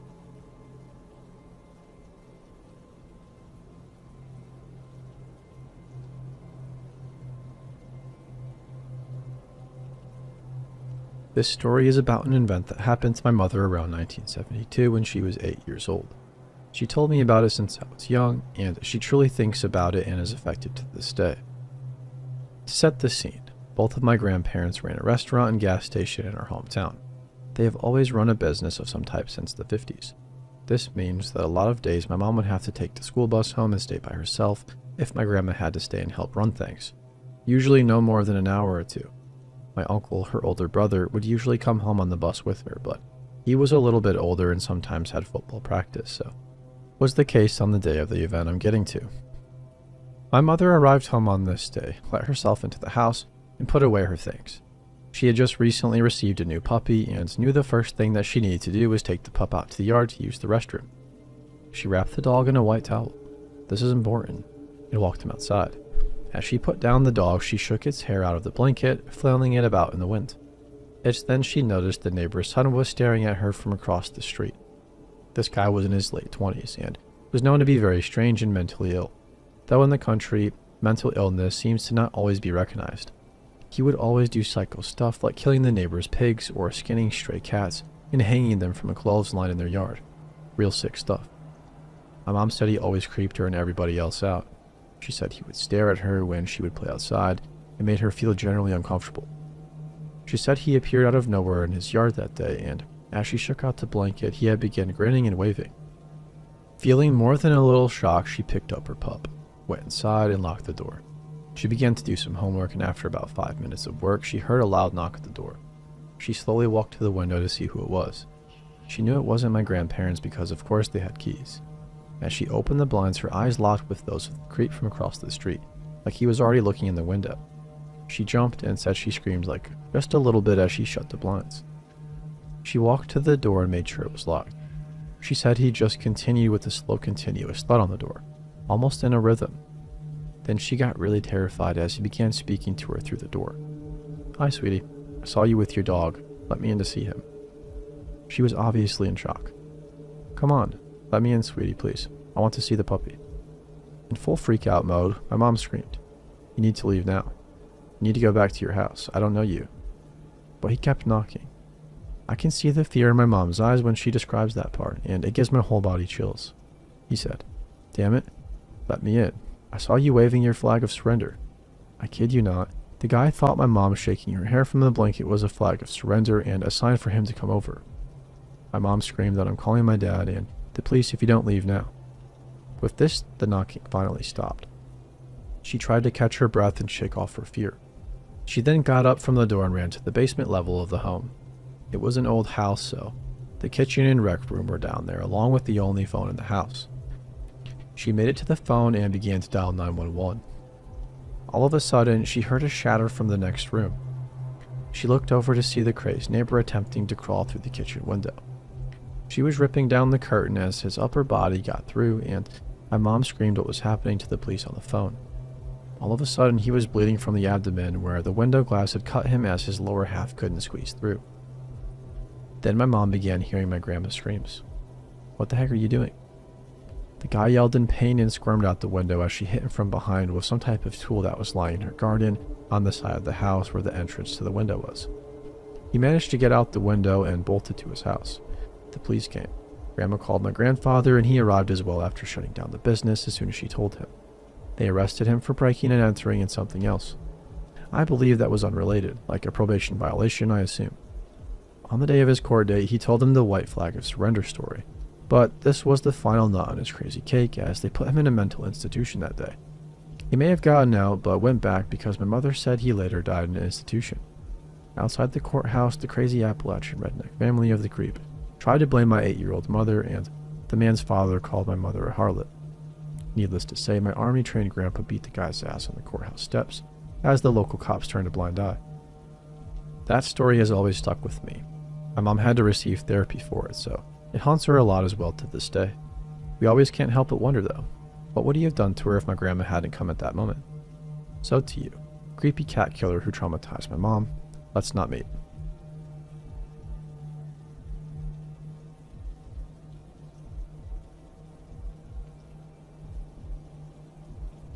This happened a few years ago when I was 13. I was somewhat popular in school at the time, and I had around 4 very, very close friends. Rose, Lynn, Noah, and Zach were the main ones. We went on many adventures around that time. Camping, road trips, and the beach. Noah's family was pretty wealthy, and all of our families were pretty lenient with rules. One day, the summer before 8th grade, we went on a camping trip with Lynn's older sister, Margot, and Zach's older brother, Todd. So there were 7 of us. Lynn, Zach, and I were 13, Noah and Rose were 14, and Margot and Todd were both 17. We decided to go camping in a nearby forest, around 20 miles from Noah's house. It was pretty much in the middle of nowhere. Noah's house and his neighborhood were the closest homes, and there were no signals for phones or any electronics. We get to the spot easily and without problems, and we make camp. The girls are in one tent, the boys in another. Maybe it was a bad idea to have 17s, ages 13 to 17 with no phones in the woods, but our parents were lenient, like I said, and confident that we would be fine since the woods were not known for anything bad or dangerous. So we set up the tents, go swimming in a nearby lake, and come back and make dinner over a fire, which was about 20 feet away from the tents, which were about 4 feet away from each other, by the way. We have s'mores and do all of those stupid camping things before Lynn and Margot announced that they are going to sleep. That left Todd, Rose, Zach, Noah, and me as we joked around, told some scary stories, and just overall had a good time. Then Margot walks up annoyed and tells us that whoever it is messing with the side of the tent should stop. Keep in mind nobody left the group and tents were far enough away to not bother anyone in the tents. She explained that somebody keeps on touching the side of the tent, running something on it, and we dismiss her. Todd states that it is probably a tree branch, and Rose and I decide to go to sleep as well. So we head back to the tent. Lynn is asleep and we settle in, me closest to the opening, Margot next to Lynn, who was at the opposite side of the tent, and Rose in between Margot and me. I managed to fall asleep easily within 5 minutes until I woke up suddenly for what seemed like no reason. I checked my phone. I still brought it in a portable charger just to take pictures, and it was literally the middle of the night at 2:15. I looked around, my eyes getting used to the darkness, trying to figure out why I woke up. A tapping sound on the tent was what I first noticed, and a soft giggling. It sounded somewhat deep like a male voice, but I couldn't be sure. After what felt like an hour but was probably a minute, the tapping and giggling stopped. I was convinced it was my imagination, or maybe one of the boys trying to prank us, or even a tree branch, like Todd suggested earlier. Telling myself it was a tree branch and a lack of sleep, I fell back asleep until Rose woke me up around dawn. Everybody was awake and we decided to hike a little bit. We decided to go into 2 groups because we planned on spending the night again and we didn't want anybody messing with our stuff. Even though these woods weren't popular with camping, we didn't want to risk it. Margot, Lynn, Rose, and I left to go hiking for a couple of hours while the boys opted to stay behind and fish, swim, and cook food. We hiked for about 2 hours and we came back to the boys not at the campsite. Annoyed, Margot went down to the lake with Lynn to find them. Rose and I made our way back to the tents, and I'll be honest and say I screamed and almost wet my pants. The tents were slashed. I inspected it closer after regaining composure because I was usually the more collected one of the 2 of us. It seemed to be made with a small knife as the cuts were small. Our tents were made of a material that was pretty hard to cut into, and it seemed like the person had a pocket knife, I guessed. The boys, Margot and Lynn, came running to our screams and were obviously startled. We decided to pack up and head home early, because for one, the tents were ripped, too much to use again comfortably, and two, Rose, Len, and I were very creeped out. Even more so when Todd announced that his tires were slashed. We were all freaking out, obviously. There was no cell service, Todd's tires were slashed, and there was no way any of us wanted to stay any longer. Luckily, Todd reported that Margot's tires looked fine, and Margot stated that she would take Noah and Lynn, drop them off to call 911 and their parents, and come back for us. She drove a car, and there wasn't enough room for more than 3 people as the back was filled up with the camping stuff. Zach, Todd, Rose, and I were left at the campgrounds, and we decided to begin a hike back towards the main road, so Margot wouldn't have to drive so far. Also, Rose and I refused to stay anywhere near the camp area. We began hiking. My phone died. The last time I looked at it, it was 1 in the afternoon. Zach and Rose both had working phones and constantly updated us on how far we had been walking. I began to hear branches snapping from behind us, closer to the trees than we walked, and I got more and more paranoid as time went on. I told Todd, and he seemed to get more wary of our surroundings, constantly looking over his shoulder. We had been walking for about 30 minutes. Margot was probably at Noah's house or almost there when Todd screamed, "Run." Naturally, I looked behind my shoulder before I began running. 3 hooded figures were running towards us. 2 had knives, and they all looked around 6'3" or taller. Todd was 6'1", but I doubted he could defend all of us against them. Even though it was broad daylight, I couldn't make out any facial features. They all appeared to be over or around 200 pounds. The shortest one was probably 6'2", but they all wore hoods and masks on, like ski masks. I know it sounds totally fake, and I really don't care if you believe me, but I was scared shitless that day. We began running, and the 3 guys finally gave up or decided we weren't worth terrorizing because we lost them. We made it to the main road where we waited, walking quickly, constantly looking over our shoulders in fear until Marco arrived. We told the police everything, and they searched the woods nearby. They never found any evidence we had even been there or the guys had been there, or that anything happened besides pictures of the lake around the area and the shredded tents. I don't know what would have happened if they caught us. I'm fairly tall. I was around 5'10" during this time and only 125 pounds.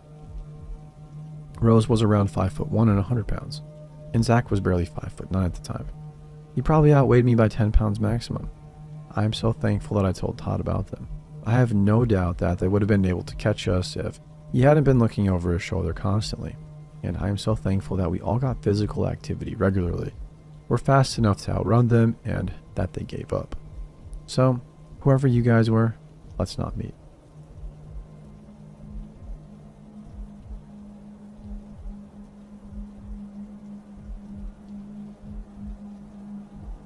I'm a petite woman, and when I was 24, I worked at a pharmacy and convenience store for about a year as a cashier.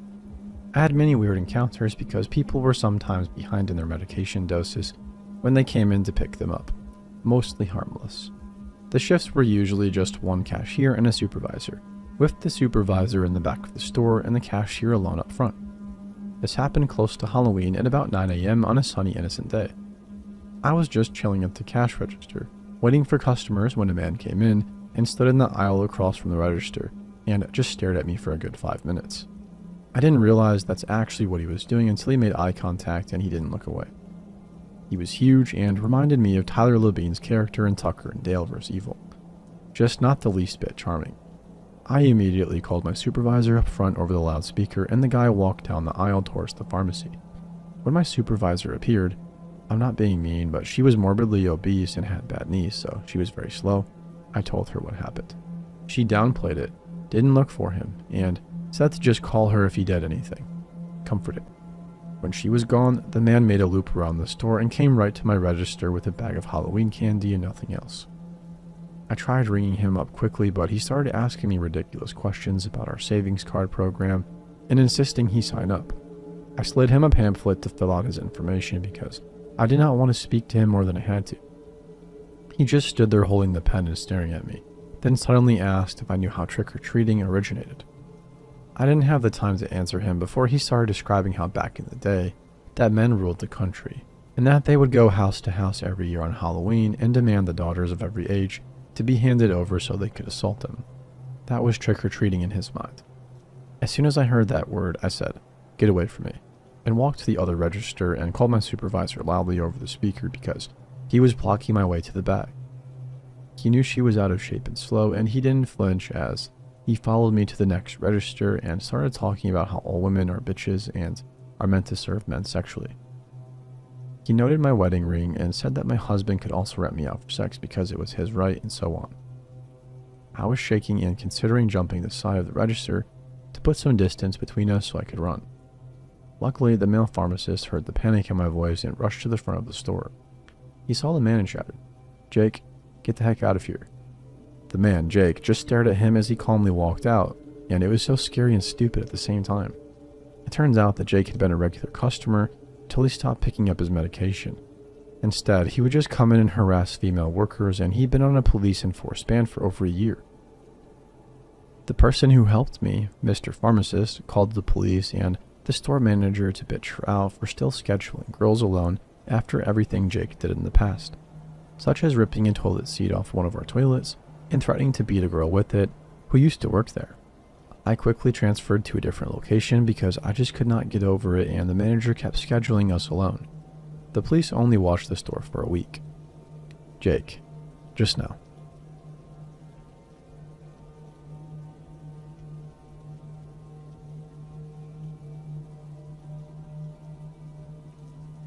To preface this, I'm a 35-year-old woman and I worked at 3 different answering services from ages 16 through my mid-20s. I hope this is okay here. It involved me just over 20 years ago. The Titty Man, bondsmen, and sheriff's deputies. Forgive the formatting, I'm on mobile. I got my first job at an answering service when I was 16 and I loved it. We answered for about 200 businesses and there was quite a mix. Same old every day, but different too. I was the baby of the office, and so was usually not alone, and my coworkers protected me from the usual office debauchery, like drugs, sex, and booze, but somehow forgot to mention the Titty Man. So this came as a bit of a shock that he did what he did. I'd been working there for a few weeks and was alone on a Sunday night answering calls here and there and being bored. The line for a visiting nurse company, home health care, hospice, and rehab lights up. I answer to be greeted with a collect call from the local county jail. I accept the call, thinking that somebody might have an elderly parent that they can't reach and need a wellness check or to schedule extra visits because they got locked up. Nope, I'm greeted with, "How big are your tits?" I promptly hung up. He called back several times and I have to accept the call in case it really is for the reasons listed above. I contact the on-call nurse and she tells me what I just told you about and how he does this from time to time. I then proceed to be harassed for about half an hour when I get a brilliant idea. Of course, the Titty Man calls back and I accept the call. I tell him I have to put him on hold sometimes so I can answer the phone, but I'll talk to him. He likes this and he starts asking questions. Dirty ones, and I answer a few, then put him on hold. Here's where law enforcement comes into play. I called the bondsman we also answered for and explained my situation. He grabbed his other phone and called his buddy inside the jail, relaying the situation. He's having trouble doing this because he's also listening to me talk dirty to this creep. I was very creative for Titty Man, and he ate it up. My bondsman was laughing so hard he was in tears. Since the Titty Man was calling from inside the overcrowded jail, they couldn't pinpoint him just by being on the phone. Deputies began shutting down banks of phones one at a time. When the call cut off mid-pervy spew, the officers checked who was on that bank. Lo and behold, there was Titty Man. He was in jail because he, surprise, was making obscene and harassing phone calls. Who would have thought? Deputies took him into custody with new charges and he got another 18 months or so tacked onto his existing sentence. The idiot was fairly short of the door too. Means he was close to release without supervision. My story doesn't end here, however. Several years later, I was working at another answering service and he called. Same company and everything. My old service had closed. I informed the on-call nurse, same one as before too, and they ended up pressing charges on him again. I encountered this creep and his creepy yet hilarious antics at all 3 services for the same company and different ones as well. It's been 20 years since I first encountered the Titty Man, and I no longer do answering service work, but I have a few friends that still do and the creep is still at it. I hope you get a kick out of my story. Edit. I forgot to mention that he did this on a recorded line and I told him I was 16 during the conversation. I wonder what the judge thought about that.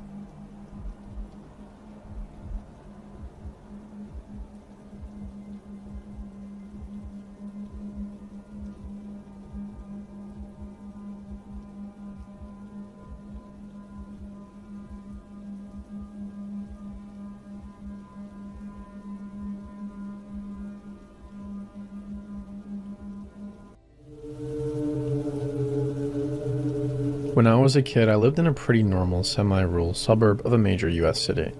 When this started in 1997, I was 6.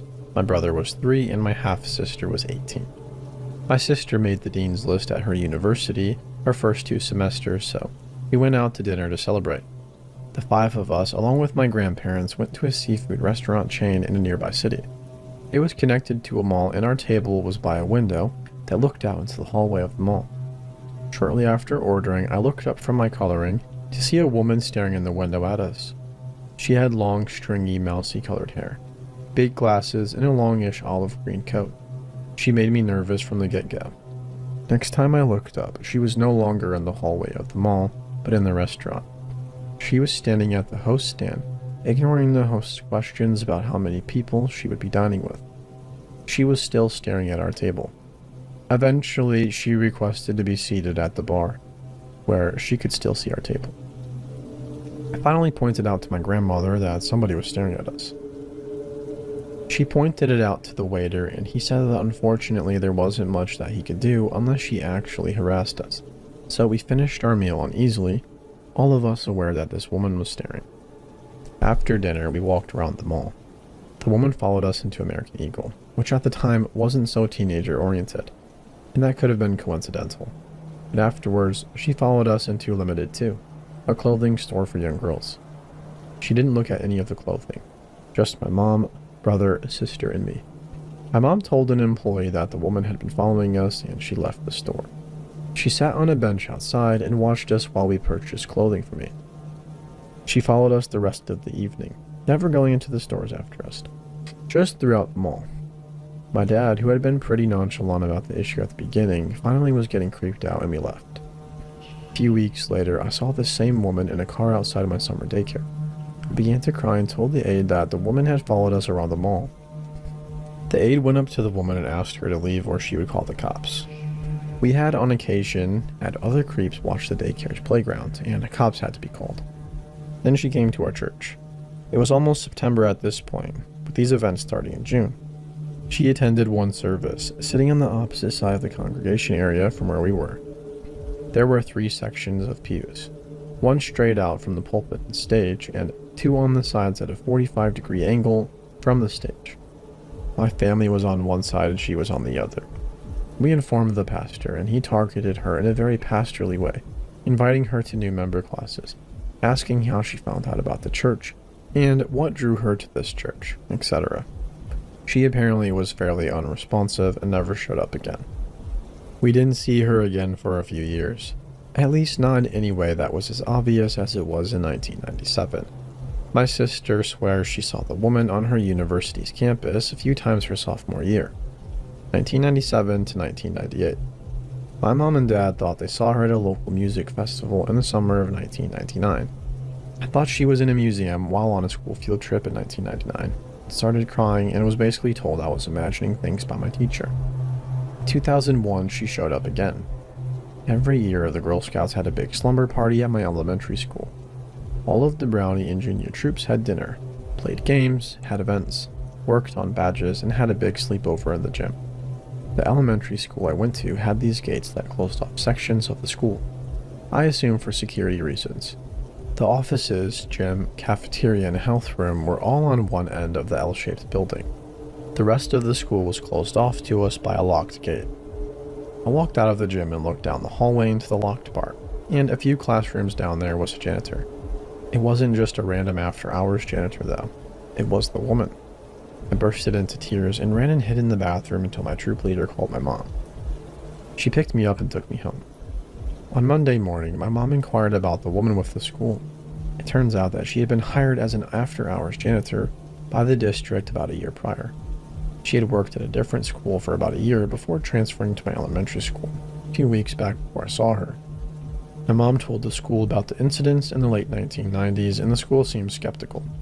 I ended up getting cast in the school play for a few weeks later, and would be at school after hours, so same time as this woman. She was often at the gate, staring into the gym, watching our rehearsals. She must have started at 4 p.m. since she was never actually in the gym, only on the other side of the gate, and that's when they shut the gates. I told the director that the woman was watching. Having realized that people thought the stalking aspect of this was a figment of my imagination, the director did tell the school they saw the woman on the security camera watching us rather than doing her job and fired her. They informed my mom that the woman was fired as well. Once again, it all stopped in any obvious ways. I was driving with my dad one day and saw her in a car in 2002. My brother saw her at the park that his Boy Scout troop had an event in once. My sister saw her at the restaurant she worked at in 2002, as well, and refused to serve her, getting a coworker to do so. She said the woman never stopped staring at her. It stopped again until 2008. I was 18 and was at Culver's, a Wisconsin-based fast food and custard chain, with my boyfriend. We were at a table eating when the woman walked in. He visibly froze, just as I did. Apparently, his family had the same issue with the woman that we did.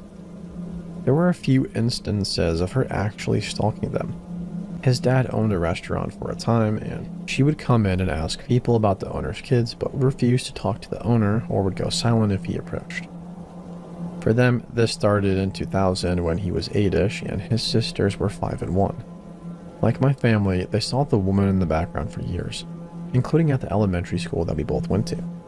This means that at least 2 families independently complained about this woman, and the school did nothing about it for months, even though she had allegations of stalking at least 4 students. We promptly left the restaurant. She didn't notice us, presumably because we were 16 and 18, pretty grown up with their crazy hair and piercings and skinny jeans.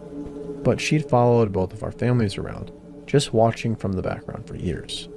I can't help but wonder how many other families she followed like that too.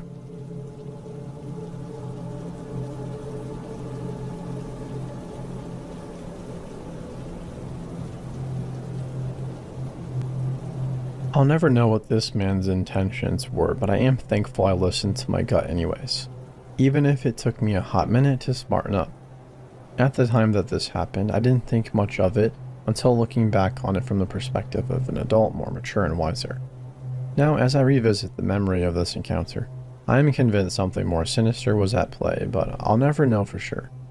I was 17, and as teenagers tend to be a lot less cautious than a young girl of my age ought to be, in a new country completely foreign to her. I was on vacation with my family to escape the cold winter weather up north. My parents were very liberal about giving me the breathing room I desired, and I wasted no opportunity to use that to my advantage, as much as I was afforded. It was a family resort and nobody was all that concerned about anything happening. We all had our vacation blinders on, so to speak. Every night after the sun went down, I liked to wander off to the pool to swim and soak in the hot tub, while my parents stayed in their rooms. When you're basking in the lap of luxury at a high-end resort, you don't think about the potential for danger. In hindsight, I suppose this is why tourists are considered ideal targets for predatory activity. Being on vacation made me more sociable and, additionally, more trusting than I normally would be. I admit that the false security that came from being within the illusory security of this protected resort caused me to lower my guard substantially. The fact that I'd already been going to and from the pool area by myself every night, with no incident thus far, only heightened my cavalier nonchalance. While my parents gave me the breathing room to enjoy my independence, I was here to make friends and have a good time. I didn't care about much else. So, just like any other night during my stay, I was lounging in the hot tub, chattering amongst the guests, all of my worries completely forgotten for the moment. I was getting a lot of attention, mainly because it was apparent that I was Canadian, and all the guests amongst me were apparently fascinated by this. I was barraged with questions, some of which I could not decipher whether they were genuine or trolling. Yes, we do have heat and electricity up north. I kid you not, I was actually asked this. Amongst this group of people, I was particularly invested in this conversation I was having with a much older man, who came off as nothing but warm and friendly. He had claimed he too was on vacation with his family, but they were nowhere to be seen. In fact, he, not including me of course, was the only one who seemed to not know anyone there. Everybody else was with their families. I figured that was normal enough. However, because I too was vacationing with my family, and they were nowhere in sight either. What strikes me as odd, however, is how he seemed to be engaging only me in conversation and ignoring everybody else. He was nearly 3 times my age. Doesn't help matters. As the night progressed, people began retreating to their rooms, leaving just me, this man and a few others. It was around this time that he shared with me what room he was staying at before asking, innocently, where I was staying. Foolishly told him, but only the sectional area. Although he had asked which room specifically, I had enough sense to not divulge that much. Things didn't take a particularly unsettling turn until I began to notice how eerily quiet things had become. There was still some people around, but it was just me and him in the hot tub now. I took this as my cue to start heading back. Bidding him goodbye, I got up to leave, but he instantly stopped me, insisted that he walk me back to my room, as it's not safe for a pretty little thing like me to be wandering around the resort by myself at this late hour of the night. I took this with concern akin to a protective uncle, but waved off the supposed hospitality, insisting I would be alright. He became more persistent, switching from concerned guardian to fear-mongerer. He told me how bad things happen to young girls like me without an escort. As he droned on about the dangers that might surely befall me as a young female on vacation, with no parents around to guard me, a small defenseless young girl, I felt the first wave of unease wash over me. I shook it off and smiled warmly, telling him thank you, but that I would manage fine on my own. He seemed to deflate as his expression became more exasperated. At least let me walk you part of the way there until I know you're safe. This puzzled me. If there were predators lurking, how would I be any safer walking from the halfway point than from where I was now, besides it being a shorter trek? Nevertheless, this show of concern was beginning to wear me down. He had gotten me thinking about how dark it was now, and the vulnerable position I was in. He was right, kind of. I practically had a target on my back. Okay. I nodded after a moment of hesitation. I was young and naive and thought it to be an advantage to have somebody bigger and stronger walk with me. I knew I was incredibly foolish and a sheltered teenager, with far too much faith in humanity as a whole. Very unlike the cynical and distrustful woman I am now who always follows her gut. I also, as annoyingly typically as this sounds, did not want to be rude.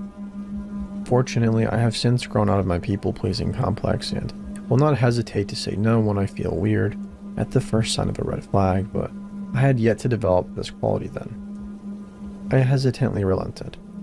At the moment, my fear of coming off as rude to an adult overrode that of any subconscious or otherwise concern I had for my safety.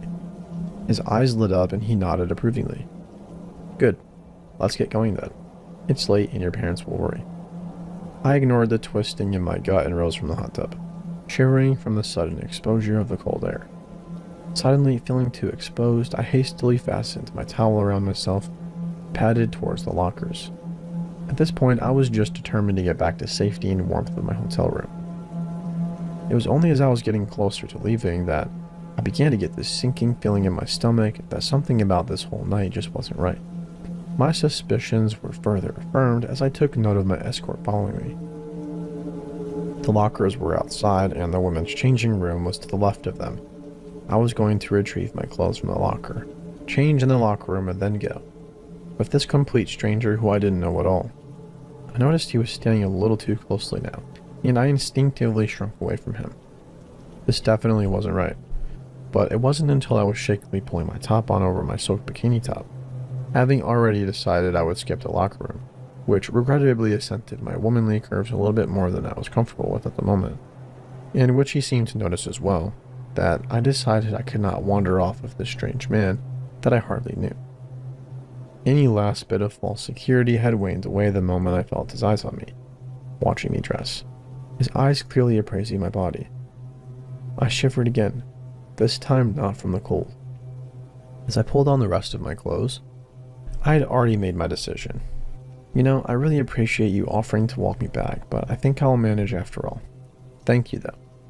He grew solemnly quiet, which stirred a growing sense of malaise within me as I began to feel more and more validated in my decision to not go off with this man. Are you sure? He pressured. I would hate for anything to happen to you. I nodded more insistently and forced a smile.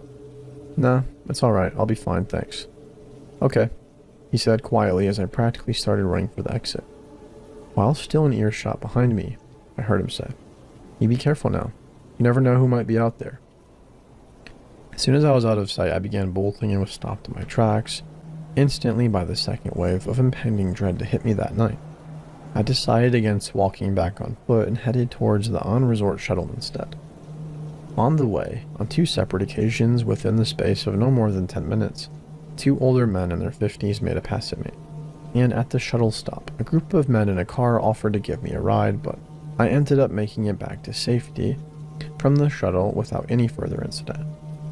Later, I wrote it off as paranoia and convinced myself that he really was just a hospital older man with a young girl's best interest at heart. But now that I know from personal experience how the men that seem the nicest with seemingly good intentions can often be the worst predators, I am convinced I made the right decision that night.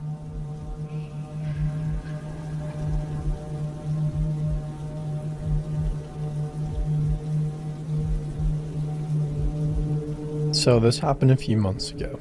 My best friend P and I had just gotten out of school. We decided to get ice cream after school, and before we know it, it's 6 p.m. We leave the ice cream shop, which happens to be right next to the liquor store. Small city. We notice this shady guy standing outside the store, and we try to brush it off, but there's just something not right about him. A woman leaves the liquor store, and she's dressed nicely in a dress and heels. She starts walking, and before we know it, the guy starts following her. My friend and I get concerned, so we decide to tail him a little bit to make sure he doesn't have any bad intentions. Things escalate when we realize that he's filming this woman and she has no idea. It's disgusting. He's following her and has his phone out, trying to get a better video of what's under her skirt. P and I look at each other and have a mutual understanding. We know we have to do something, so we take a deep breath and somehow manage to put ourselves between the woman and the man. We hear him curse, but we don't dare turn around. We are spread apart, making sure there's no way he can get her on film. Mind you, we're both 5'1", 17-year-old girls. Our hearts are racing, but we don't move away until the woman safely enters a restaurant, which is about 2 blocks away. She's in the restaurant, but this guy does not want to give up. He's waiting outside for her. He's lingering and even tries to peer inside through a window. P and I know we have to tell the woman what's going on, just in case he tries something. So we step inside this fancy restaurant and spot the woman on a date with her boyfriend. Tap her on the shoulder and I fill her in. She's shocked that he followed her for 2 blocks and that she had no idea. I let her know that he's waiting outside and give her his description, just in case he follows her anywhere else. She thanks us profusely and even gives us a hug. P and I leave the restaurant feeling relieved because we both know that we cannot live with ourselves if something were to happen to her.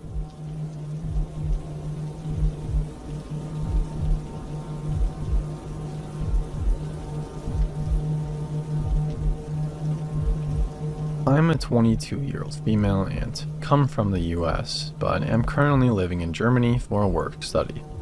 I am traveling alone, but I am fluent in German, and I've always been fairly confident in my ability to live alone and defend myself, considering I stand at about 5'11" and carry 3 different forms of self-defense on me at all times. I've been here for a little over a month, and I absolutely love everything about it, besides this experience, of course. This happened roughly 3 weeks ago. After exploring my semi-large home city in Germany for a few weeks, I wanted to check out a nearby country. I've always been jealous of how Europeans can travel. Countries like Americans can travel from state to state, and my dad generously offered to pay for my travels while I'm living here. So I wanted to take advantage of that and experience a different culture. After doing lots of research, I decided upon the Netherlands. I've always been curious about Dutch culture, and I was very excited to do some more exploring, even if just for a weekend. I chose a small city in the south of the Netherlands, so I only traveled about 4.5 hours to get there. I had some lovely Dutch food and got to experience the Saturday market in the city center, which was filled with local goods. Now for the juicy part. On my last day in the Netherlands, I decided to check out a local Dutch coffee shop. Most of you probably know, but some Dutch coffee shops sell weed for recreational use and have areas where you can smoke and talk to people. Since I've never been to anything like this before, I was super excited and nervous. I smoke relatively frequently back home, so I wasn't going into this completely blind though. When I walked in, I had to register for an account, and the staff took my picture and passport and gave me an account number. I was a little uneasy about this, considering I didn't want my passport and a coffee club account to go hands in hands, but I've heard that several coffee shops do this, so I wasn't super worried. I then went to the counter and bought the weakest strain they had, White Widow I think, which is definitely not considered weak in the US. Also, it was like 5 for half a gram, so that was pretty damn fantastic. I didn't want to bring the bud across borders because I didn't want to risk getting torn in half by the German police, so I decided I'd find someone to smoke with and grab a train afterwards. It was only about 1:30 p.m. as I made my way to the chill zone, a hazy room filled with foreigners and locals, all ripping bongs and dragging blunts. Amongst quite a few 20-something-year-old men, I see 2 girls sitting alone at a table for 4, and I ask if I can join. They happily oblige and we start chatting. They introduced themselves as Alex and Jen. Both of them were Germans, and when I mentioned that I'm from the US, they got super excited and started gushing about how awesome California must be, to which I've never even been.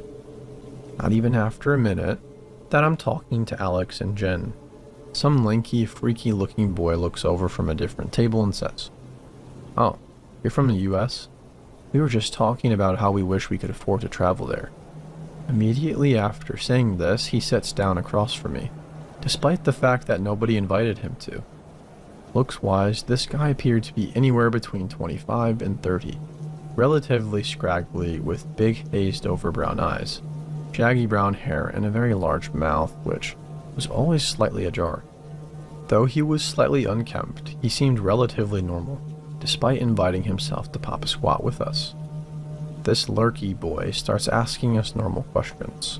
Where we are from, where we work, how do you like the Netherlands, and stuff. The way he spoke was slightly slurred though, as if he had been drinking, but I couldn't smell alcohol on him, and he didn't seem drunk. He was consistently hard to understand, with an accent that was possibly Dutch. For a moment, I thought he might have a mental disability, so I didn't want to be rude to him and say I couldn't understand him. It also occurred to me that he might just be attempting to flirt and failing miserably, so I didn't really see him as a threat. I mostly nodded at what he said or threw in a yeah for sure, here or there, while Alex and Jen were relatively quiet. Something about him was off-putting to me. I just couldn't figure out what it was. After a few minutes of barely coherent conversation, Alex asks this guy if he can roll us a joint since none of us know how to. He says yes and offers to grind our bud. We give him the go-ahead and he suddenly takes all of it and leaves the chill zone to grind it at the bar.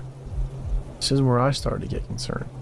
Tons of people in the chill zone had grinders right in front of them, and there was no reason for him to leave to grind our weed. I began to worry he might put something in it. Alex and Jen both admit that it freaks them out too, and I decide to keep an eye on him through the glass door. Though he had his back to us, I'm closely watching him when he turns around and gives me this wide-toothy smile, almost like he was laughing. I instantly got the chills. He continued to stare directly at me, smiling, as he spent 10 minutes grinding our bud. This guy wanders back in and hands each of us our small bags of bud and then grabs a paper to start rolling. I am not shitting you when I say that he took 30 minutes to roll one loose, horrible joint. His hands were shaking the entire time, almost violently. I started to wonder if he was on something else. The joint immediately falls apart and he asks Alex, who was sitting directly next to him, to lick it and fix it. He's smiling and staring intently at her as she's about to lick it, and she says, "You really don't have to watch me do it, you know." He responds again with some incoherent jibber-jabber as I turn to the girls sitting behind me and ask if they could roll a joint for me. They do so in less than a few minutes. The crappy joint falls apart about 3 more times, and we decide to just smoke the one that the girls rolled, as we all wanted this guy to get the heck away from us at this point. I come up with a half-assed plan as we light it, and I say, "Hey, we appreciate you helping us, but these are my friends that I haven't seen since the last time I was in Germany, and we just really want to catch up and have some girl time. Seems nice enough." He responded with, "Well, you guys can talk with me right here. I don't have to leave." Alex immediately repeats the same thing I said, phrased a bit differently, and he says, "I'm standing here. You can pretend you're alone and just talk with me here." At this point, alarm bells are starting to go off. Stu isn't leaving, and I can't think of anything to say to make him go. Jen has been quiet almost the whole time, staring at the table, but Alex is starting to realize that we really need to do something. Alex says to him, "Please, we don't want to be rude. We just haven't seen each other in so long, and we really want to catch up one-on-one." He aggressively shoots back with, "How did you all meet then? Where did you meet? In what city? Why are all of your friends?" And then directed at me, "Why were you in Germany, and where were you?" Dang. Now I need a real story, or at least one convincing enough to shoo him away. Say something along the lines of, "I was visiting this big city in Germany to find an apartment for my upcomoming work study, and I met them in a pub. Started talking, realized we had a lot in common, and decided to stay in touch since I knew I wouldn't have a lot of friends when I moved here." Sounds legit. This guy nods and seems convinced enough. Alex immediately follows with, "So, can you please go back to your friends so we can talk?" He says yet again, "I don't need to leave for you all to talk." He then says we should start fresh and asks me and only me what my name is, while extending a shaking hand. Suddenly, every story I've read on here is rushing back to me, and I realize all the things I've done wrong. I told him where I work, live, where I'm from. Man, this isn't good. My name is my last saving grace. I blurt out a fake name. Trisha. He repeats my name, but doesn't tell me his. Now I've reached my limit. We tried being polite, but to no avail. We've spent over an hour dealing with this creepy dude, and we've all had enough of it. I look him dead in the eyes and sternly say, "You're making us uncomfortable. Please leave us alone." He leans in until he's only a few inches from my face, his eyes almost quivering, as he says in a quiet, low tone, "I know people at your work, people that are above you. You really don't want to mess with me, because I could ruin your life." As he says this, it's as though the slurring in his voice vanishes. I feel the blood draining from my face and my head starts tingling. I almost feel like I'm about to burst into tears or throw up. Maybe both. I grab my bag and say, "I'm going to leave. You're seriously making us feel weird, and I really don't want to talk to you anymore." And then the final blood-curdling comment from him, "I think we'll be on the same train. Now that I know where you live, I think it's time for me to go too." I rush outside in a panic, borderline hyperventilating, as Alex and Jen follow suit. We simultaneously say, "What the heck?" and hurry away from the coffee shop. We end up exchanging numbers and going our separate ways. Now for a slightly happier ending. After I sprinted to the train station, I realized that I had left my pre-marked bag at the coffee shop. I honestly hesitated, as I really didn't want to run into this guy again, but I really wanted my useless goodies, so I ran back. I stood outside, briefly explained to the security guard what happened and why I left so quickly, and he said, "We saw what happened and we kicked him out. So sorry for that. He's not allowed back here again," and handed me my bag. I honestly believe that without Alex and Jen there, things would have gone very differently.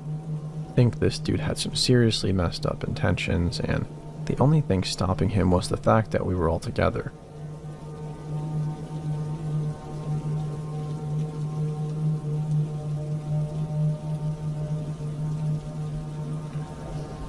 I came across this subreddit a few days ago and thought I'd share my experience. This happened to me back in 2005, right after I graduated from uni. I live in a small town near the outskirts of London. It's not creepy or out of the way or anything, but it can get quite deserted at night.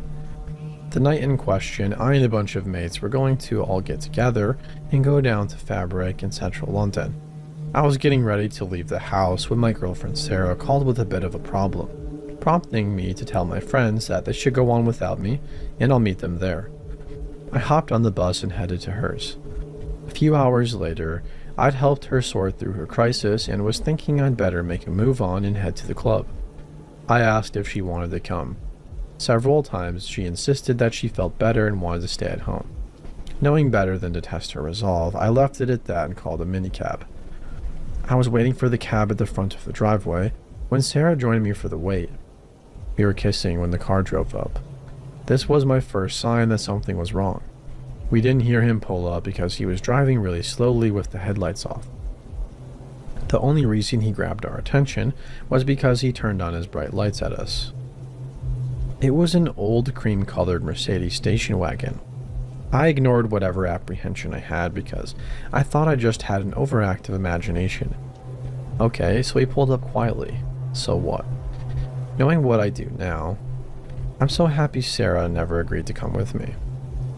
I got in the cab and told a guy who was in his mid-40s that I wanted to head to Fabric in central London. He just nodded his head while looking into his driver's side wing mirror. I said, "Did you hear me, mate?" He nods again, this time also letting a yes slip out. "That's quite a fare," he said, all the while staring at the window. That's when I realized what he was staring at in his mirror. Sarah walking back up to the driveway. I was about to react when she got to the front door, but the cabbie beat me to it, turning and saying, "Can't have the little lady going on unescorted now, can we?" All manner of deviance out there. This threw me a bit as his whole behavior was off, but I also knew that's what I would have done had it been the other way around, and maybe this guy had kids himself.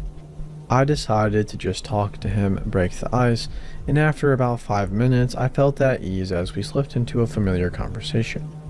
Football and women. It was all okay until he started telling me about his ex and best friends, how they had been hooking up behind his back, about how he kicked the ever-living shit out of his friend for it. Then he started fixating on his ex, saying how all women were whores and liars and were only out for themselves, that men are only there to pay off their debts and wants. He even tried to justify a time when he kicked the shit out of her, saying that men can't be excused for their actions if appropriately provoked. Then it got even weirder. He started talking to me about men, trans men, how he liked that they were the best of both worlds, that they were something he could fuck, but that they were also wired like men and not out to get you. Those she-men are tighter than a twisted screw. I like it when they bleed a little on my you-know-what. Though some ladies are mighty fine, like that ass of yours. He turned to stare at me through the mirror, almost testing my reaction. I'm man enough to say that I was freaking the heck out by this point, not only at the conversation, but at the fact that the mobile phone I'd forgotten to charge had died halfway through its rant. Not one to show my fear, I asked him to stop off at an ATM so I could get cash out to pay him at the end of the journey. He agrees, and for a moment I feel like it's all going to be over in a second, when he says that before he does that, he needs to stop to take a piss. That's even better, I thought. I can sneak out when he's peeing and bolt off. He turned off the main road and went through a random residential area before we finally found ourselves going down a dirt road and heading towards the woods. "Mate, where the heck are we going? You can't take a pee anywhere," he replied, somewhere along the lines that it was safer in the woods. That's when I noticed it. This particular car had no unlock feature in the back, and a very quiet slow tug on the door handle revealed that the child lock was on. I was trapped. He stopped the car near the edge of the woods and turned and asked if I wanted to join him. I declined and said that I was in a hurry and asked him to hurry himself. This seemed to anger him and he slammed the door and vanished.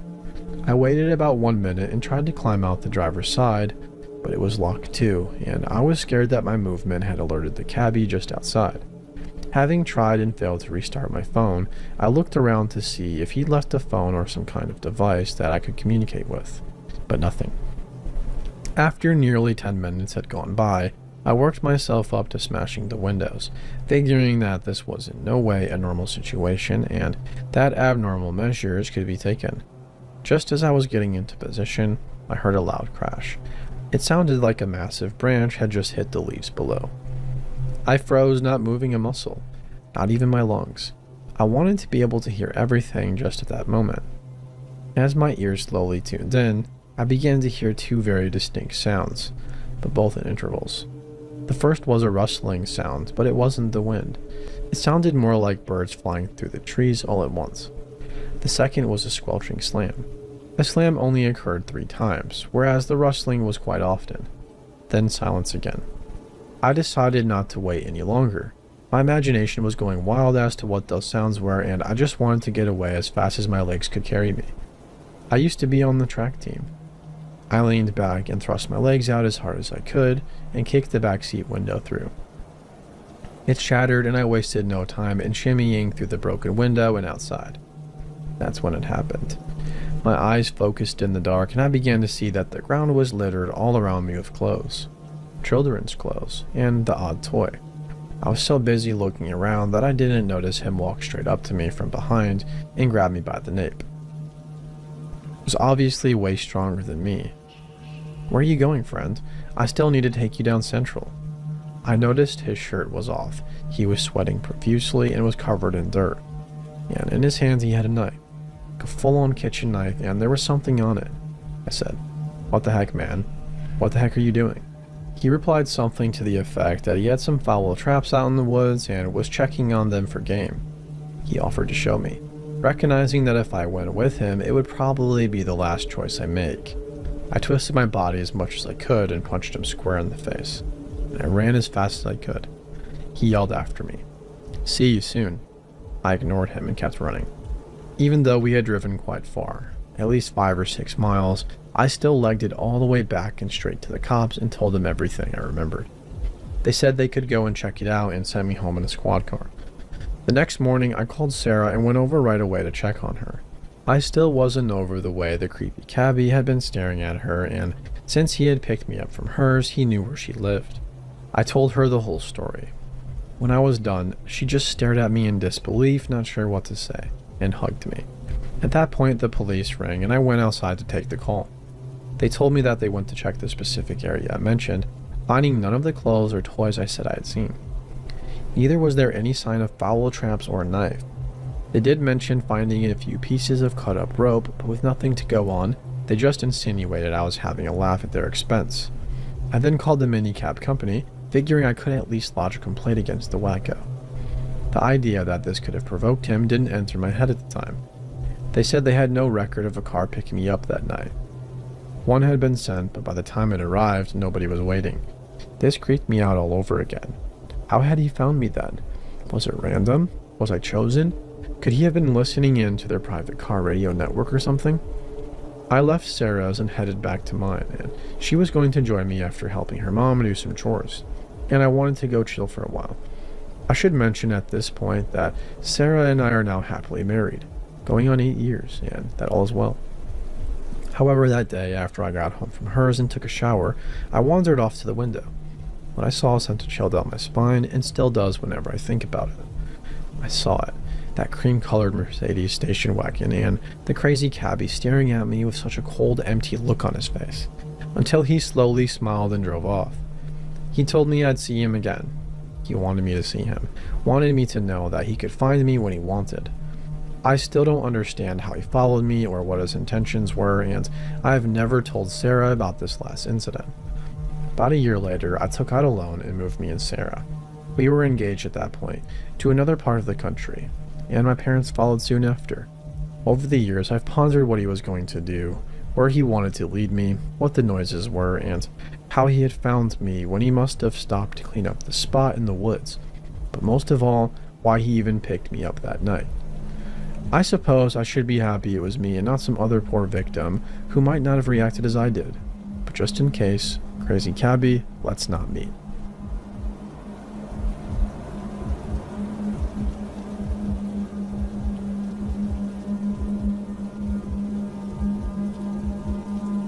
This happened some years back when I was in my last year of schooling. I was on a bus on the way to school when I happened to look up and met eyes with this guy. It happened by chance, so I quickly averted my eyes and disembarked the bus. From then on, I would have frequent chance encounters with him. My course happened to be on the same floor as another course, but on different sections of the building with the elevators in the middle. I would see him everywhere, in the corridors, at the elevator, etc. It weirded me out because he would attempt to say hi and smile at me. I didn't know him and have never seen him ever, so I would ignore him.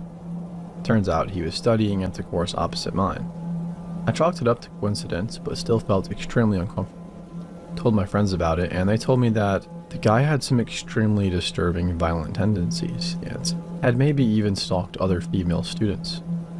Understandably, I freaked the heck out. The climax came one morning when I went to my classroom, which was really a project room for the final year students. I arrived late as always and went about setting up my station. The room is supposed to be locked and only accessible by a key card, but we keep the door propped open. All the desks are shielded with tall partitions and mine was shielded from the windows. Suddenly, the weird guy came into my classroom and went towards my table. He didn't even belong in this section of the building. Also, how did he know exactly where I sat if my desk was shielded from view? He saw me and I saw him, and I hurriedly attempted to feign sleep in hopes of chasing him away. He approached my table with a shoebox in his hands and asked why I was on the table and if I wasn't feeling well. My friend awkwardly told him that we were working. My friends were in a corner watching a variety show and laughing, obviously not working.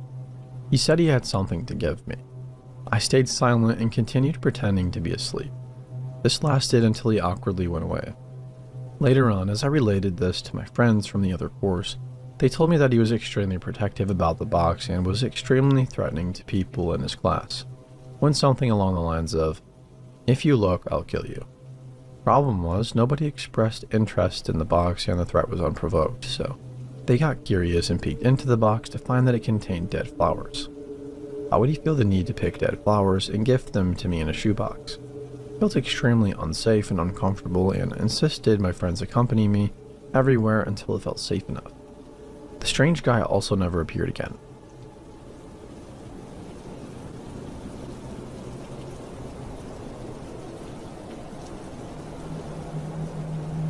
This happened a few months ago. The context required it. At this point in time, I had just picked my mental health back up after an extremely traumatic non-consensual episode. You can guess what. And was still struggling with chronic inability to say no to people. I'm a 21-year-old gay trans man, and while I never had trouble passing, I'm still seen as very pretty and young looking. So I was at a young people's event at my place of worship, which is completely accepting of all sorts of new people, by the way. It was a lovely evening. I met a lot of great people, got a bit tipsy and had a great time.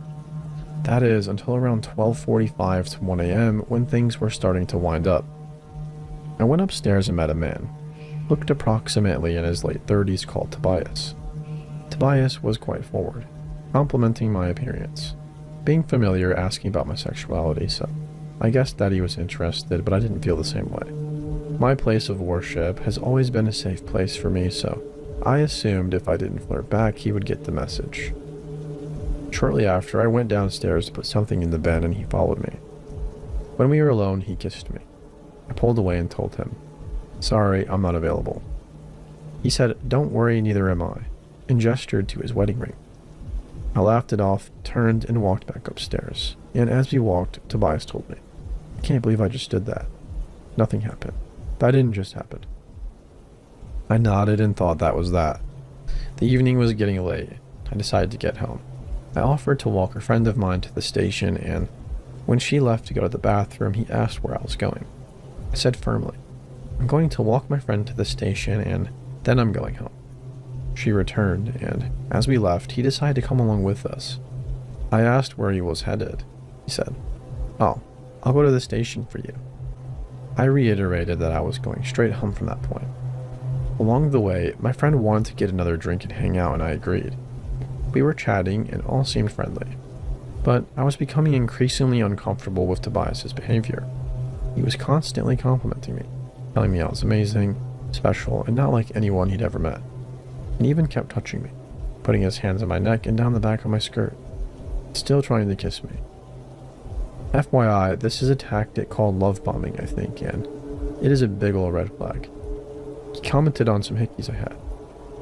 Who was that? Whoever it was. You think they're better than me? Really better than me? You let a boy do that to you? I told him that it was someone I had known for a long time and reminded him that I wasn't single.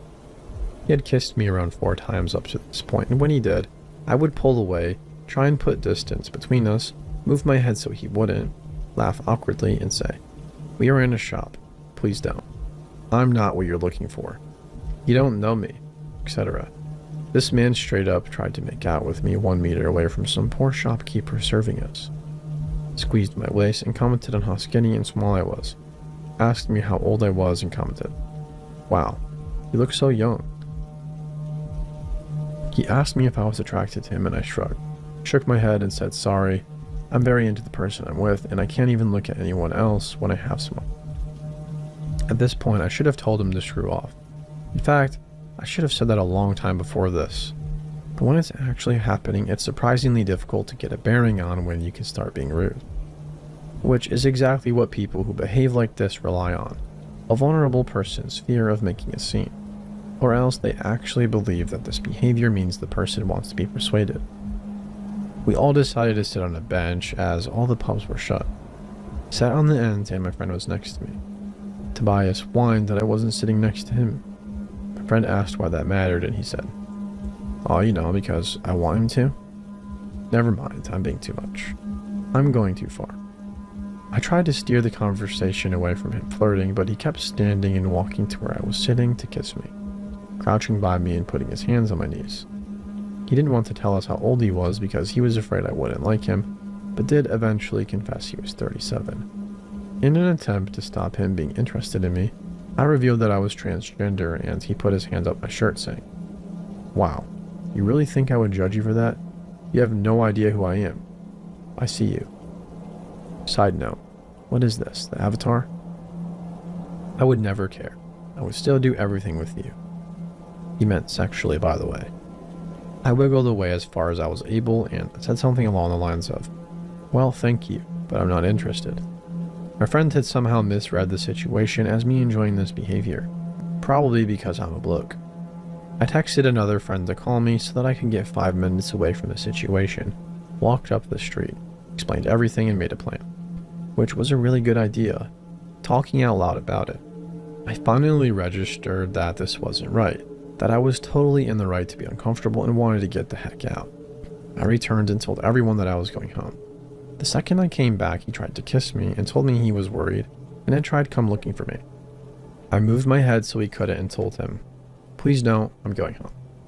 I texted the friend I was with help, and she immediately started saying that we were going home. He should go home too, and she and I were leaving together now. He asked me, "What's changed? You've come back different.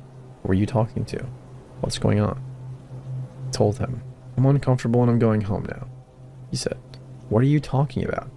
Have I made you uncomfortable?" "Yes, I'm going home now." To this point, I can definitely see that my lack of rudeness and conflict avoidance tactics had actually made the situation much worse and given him the impression that I could be persuaded to do whatever he wanted, or somehow I'd let him on. So now that I've been absolutely crystal clear, he should back off, right? "Wrong," he said. "Wow, who are you talking to? What's happened? Whoever it is, don't throw this away. I know we had a connection. You're special." Said, "I only met you this evening. You made me feel uncomfortable and you should ask before you kiss people." Wow, I can't believe this. You're trying to turn this around on me. "I know you're drunk, it's fine. I just want to go home now." "Oh, I'm completely sober. I'm not drunk." At this point, my friend stepped in and tried to assure him everything was fine and convince him to leave. He asked me for another kiss and I shook my head. "No, thank you." He said, "Don't throw this away," and tried to touch my face. I reiterated, "I met you this evening. I don't know you. I want to go home." He said, "Can I at least have a hug?" and immediately tried to hug me. Pushed him away and said, "I would rather not." He said, "Wow, you're making me feel uncomfortable now." I said I would rather not. Please respect my boundaries. I want to go home." My friend again tried to get him to go home. He said, "No, you're making me feel like I've done something wrong. I just want a hug." "Oh, I know what this is. You're just not used to people accepting you for who you are. You can't handle that I accept you and see you for who you are." "I mean, really?" I said, "That's not the case. I have plenty of people who accept me, but you've made me feel uncomfortable and I'm going home." At this point, I was stood up, backed against the edge of the bench with him standing barely a foot away. I had started shaking because I was feeling anxious, so I just walked away up the street. My friend stayed with him, convincing him to go home. He didn't follow us. I took her to the station and got myself into an Uber. The next day, I handed a report very similar to this to the security at my place of worship, and the dude was promptly barred from entry. I hope people can see the mechanisms of how this situation was set up and can find competence to be more outspoken than I was, because by being polite, I made the situation worse. I know it's not my fault, but I'm very grateful that I'm not timid like I used to be, and now I'm able to absolutely be firm, and if need be, rude about setting my boundary. Therapy is a hell of a drug, and it's doing me wonders.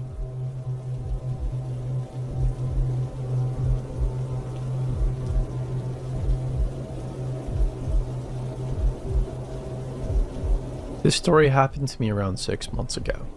I've lived where I live for 3 years. It's a nice apartment in an amazing location, but they were built in the late 90s.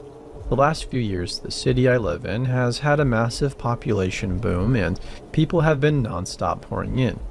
Good weather, amazing economy, and cool place to do stuff always. Because of this, I have seen the landlord staff start to do heavy maintenance on the apartments to bring them up to date to attract more people to them.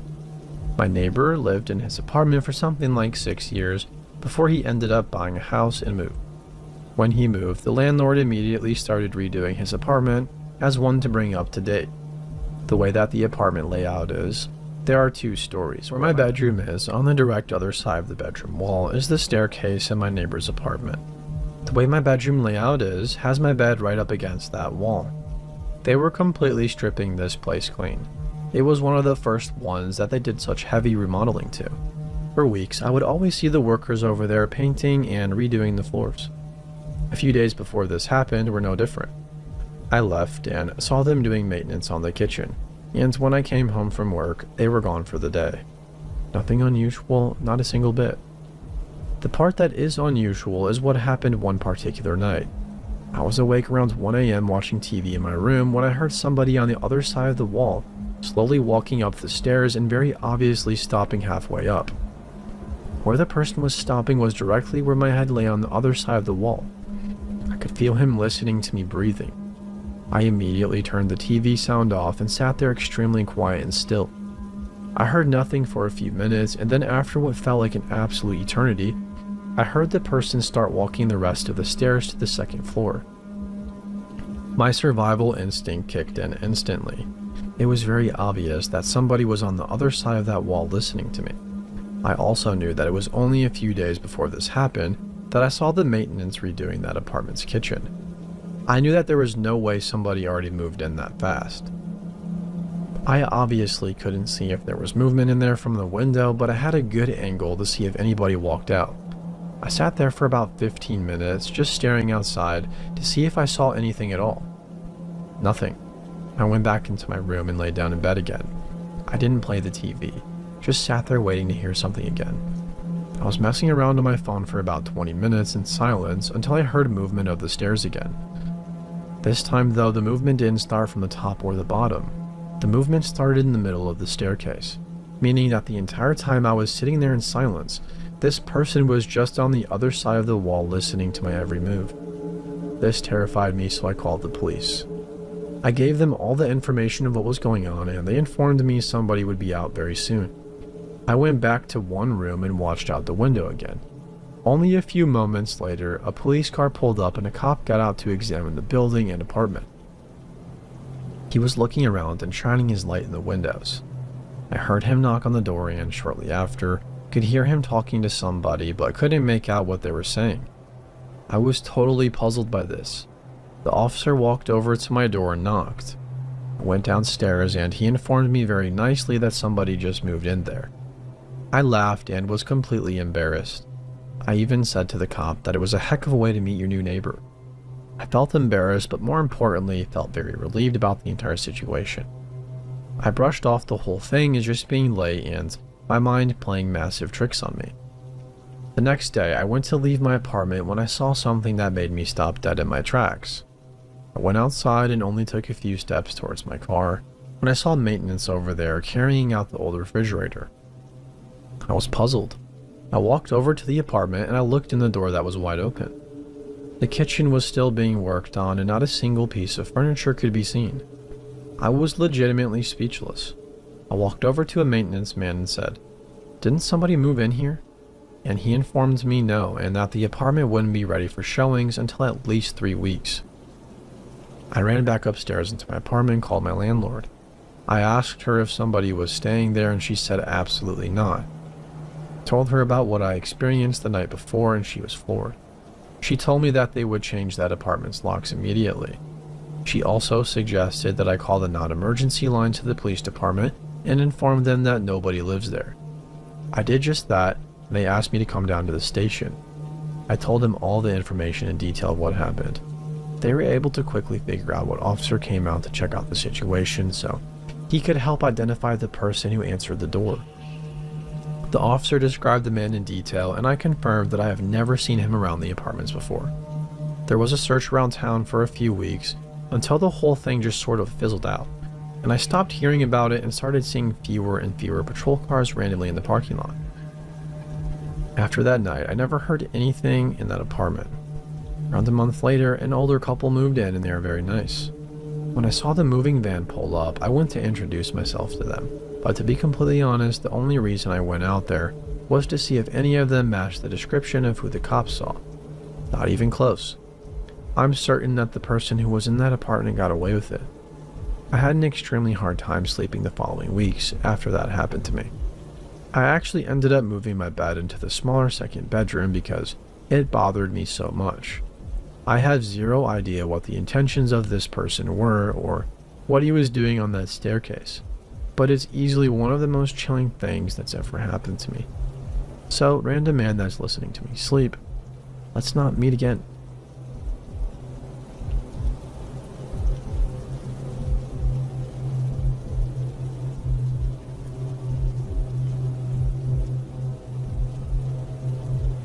I'll start out by saying that I'm not a writer by any means. I suck at it, but I will try my best. For a bit of backstory, my mom was dating an abusive prick at this time. We'll call him Ian. Because of Ian and the crazy fights they had gotten into, we couldn't lock up my house at all. He had kicked in both the front and back door to the house, and they were never fixed. My mother and Ian were at the bar all day, every day. I told you this so you know why the house wasn't locked up and where my parents were when this happened. This incident occurred when I was around 12 years old and my little brother was around 10.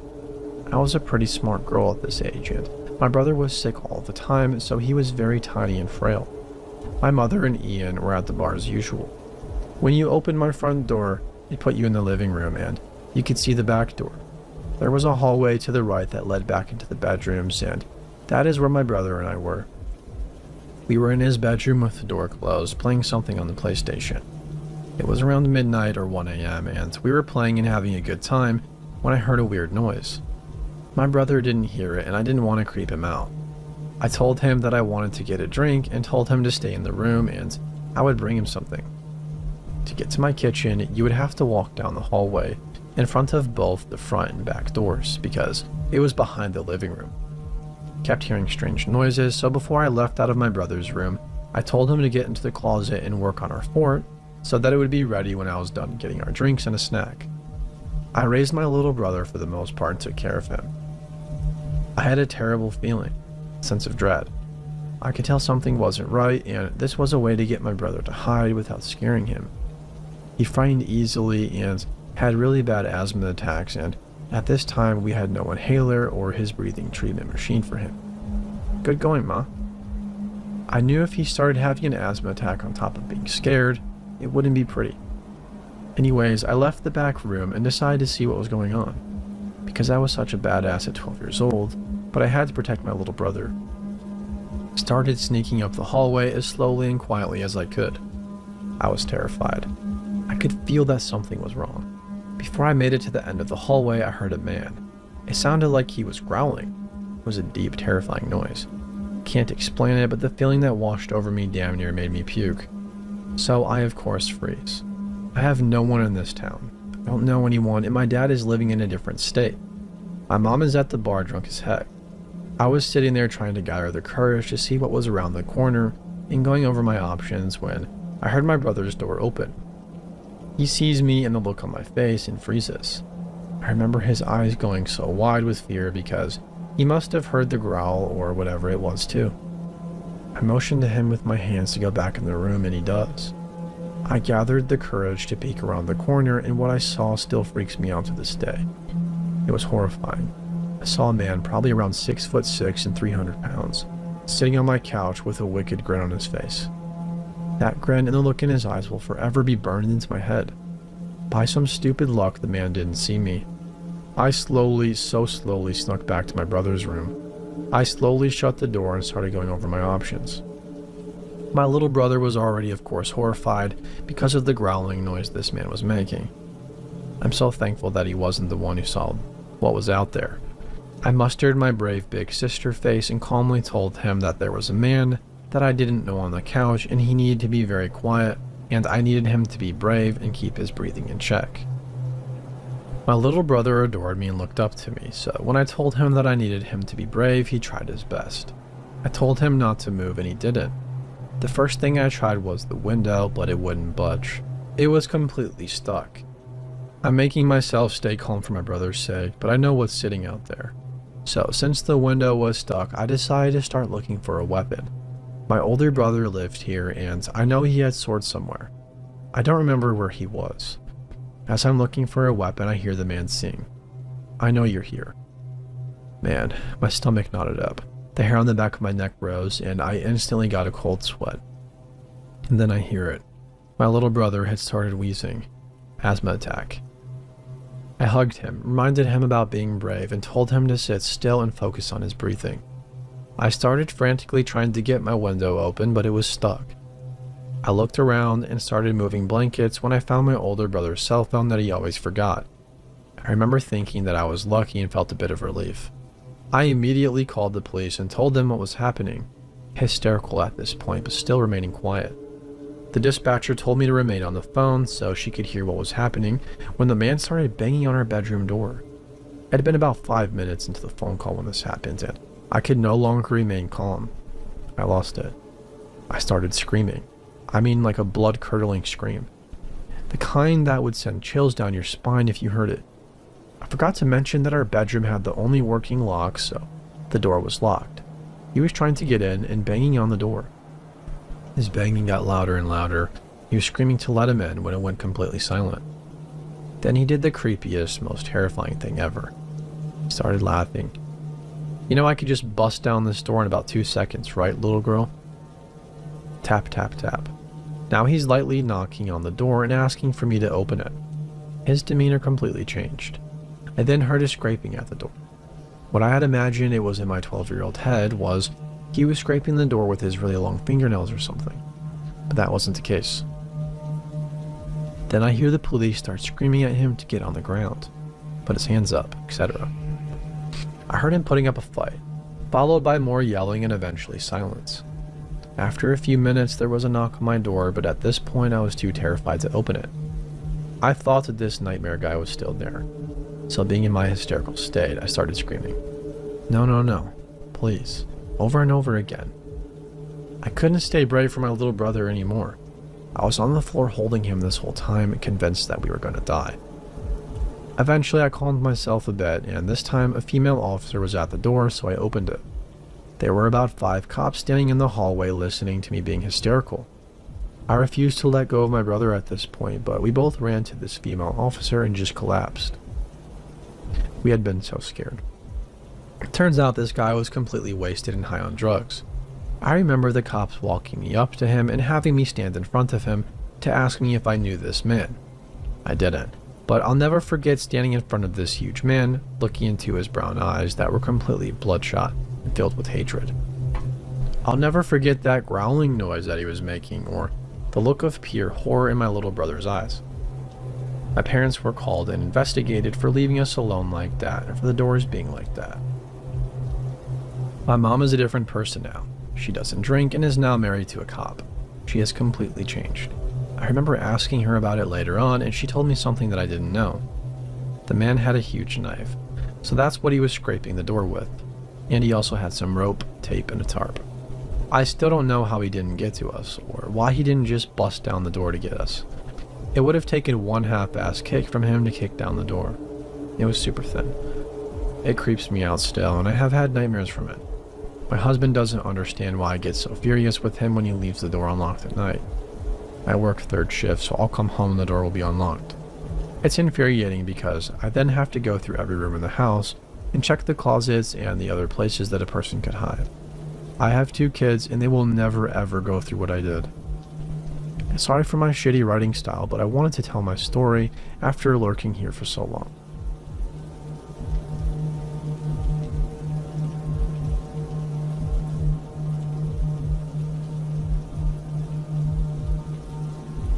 Back in my younger days, when I was still living with roommates, I had what turned out to be the most obvious of dangerous encounters. I was looking to move and I was about to leave to see a place in the perfect location with a good price, and two seemingly professional male roomies. At the last minute, my boyfriend suggested that he goes along because the place is nearby and they'll have to meet him at some point anyways. We get there and I introduce myself, and the one roommate seems a little taken aback at the fact that I had somebody with me. I suppose it could be seen as unusual to bring your boyfriend, but I figured, oh well, the damage has already been done. If they don't allow me to be their roommate simply because he's with me, I can't do anything about it now. Let's just see the place. The apartment is huge. We're both suitably impressed until we turn the corner of the living room and we see it. The two cameras set up with a light pointed at the couch. There's a guy sitting on the couch who is introduced as the other roommate. He jumps off of the couch and gives my boyfriend the same weird look. I now realize the look they were giving was disappointment. I shoot my boyfriend a very quick look of understanding, but we silently decide to continue with the tour so as to not escalate the situation. I casually joke that it's nice to have a camera so I can videotape myself for my auditions. They both laugh much too hard and say, yeah, that's what we were doing. He brings us over to my room and it's literally a broom closet. You wouldn't even be able to fit a single-sized bed in there. It's now patently obvious that there was never a room for rent in the first place. I take this opportunity to get out there by saying, oh, that's too bad. I have a queen bed and I won't be able to fit. Okay, well, thanks for your time.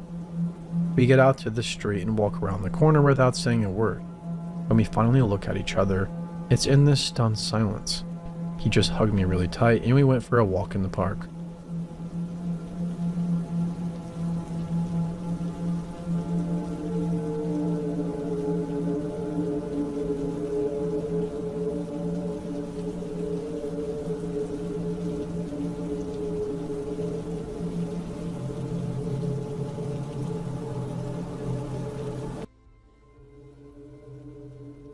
Sorry this is rather short, but here is my ordeal from the weekend.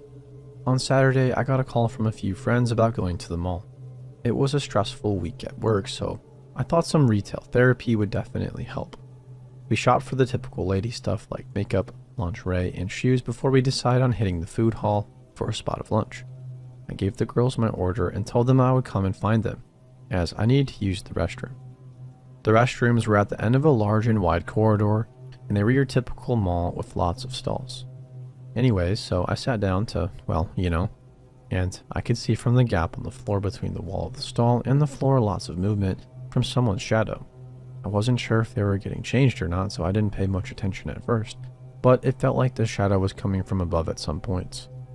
As if the light above were being obstructed by something. After maybe the third time, I decided to look up and I could see a phone and parts of a guy's arm leaning over. Somebody was taking photos of me. I instantly shouted out, "What the heck, you pervert?" And in a moment of sheer shock and disbelief, this all very quickly turned to fear as I got up and leapt out of the stall and was greeted by an empty bathroom. Not one person in sight, and from the quick glance of mirrors opposite, there was only one stall shut that was next to mine. I ran for the restroom exit, but it was locked. Luckily, it had a twist lock that I could turn, and as I did, I heard a stall open from behind me. I got out immediately and turned as I exited and noticed a sign on the door saying, "Closed for maintenance." This sign was not here when I went in. I screamed some more, shouting to get anyone's attention as I ran down the corridor towards the food hall, and it obviously caught the attention of a few people. A group of 3 guys stopped me, and they clearly could see the panic in my eyes. They quizzed me. I explained. 2 ran towards the ladies' room and 1 ran to find security. Security arrived within seconds, and after a while, a rather large crowd had gathered due to the commotion, and although I was in the comfort of my friends, security and now the police, I never felt more alone. Security and the police found nobody. There were a few staff only and fire exit doors down the corridor, so plenty of escape routes for whoever this guy was to go through. I gave my statement down at the station later that day once my parents showed up. The police said they had security tapes from the CCTV cameras that point down the corridor and will keep us updated with any news. Hopefully they find this guy.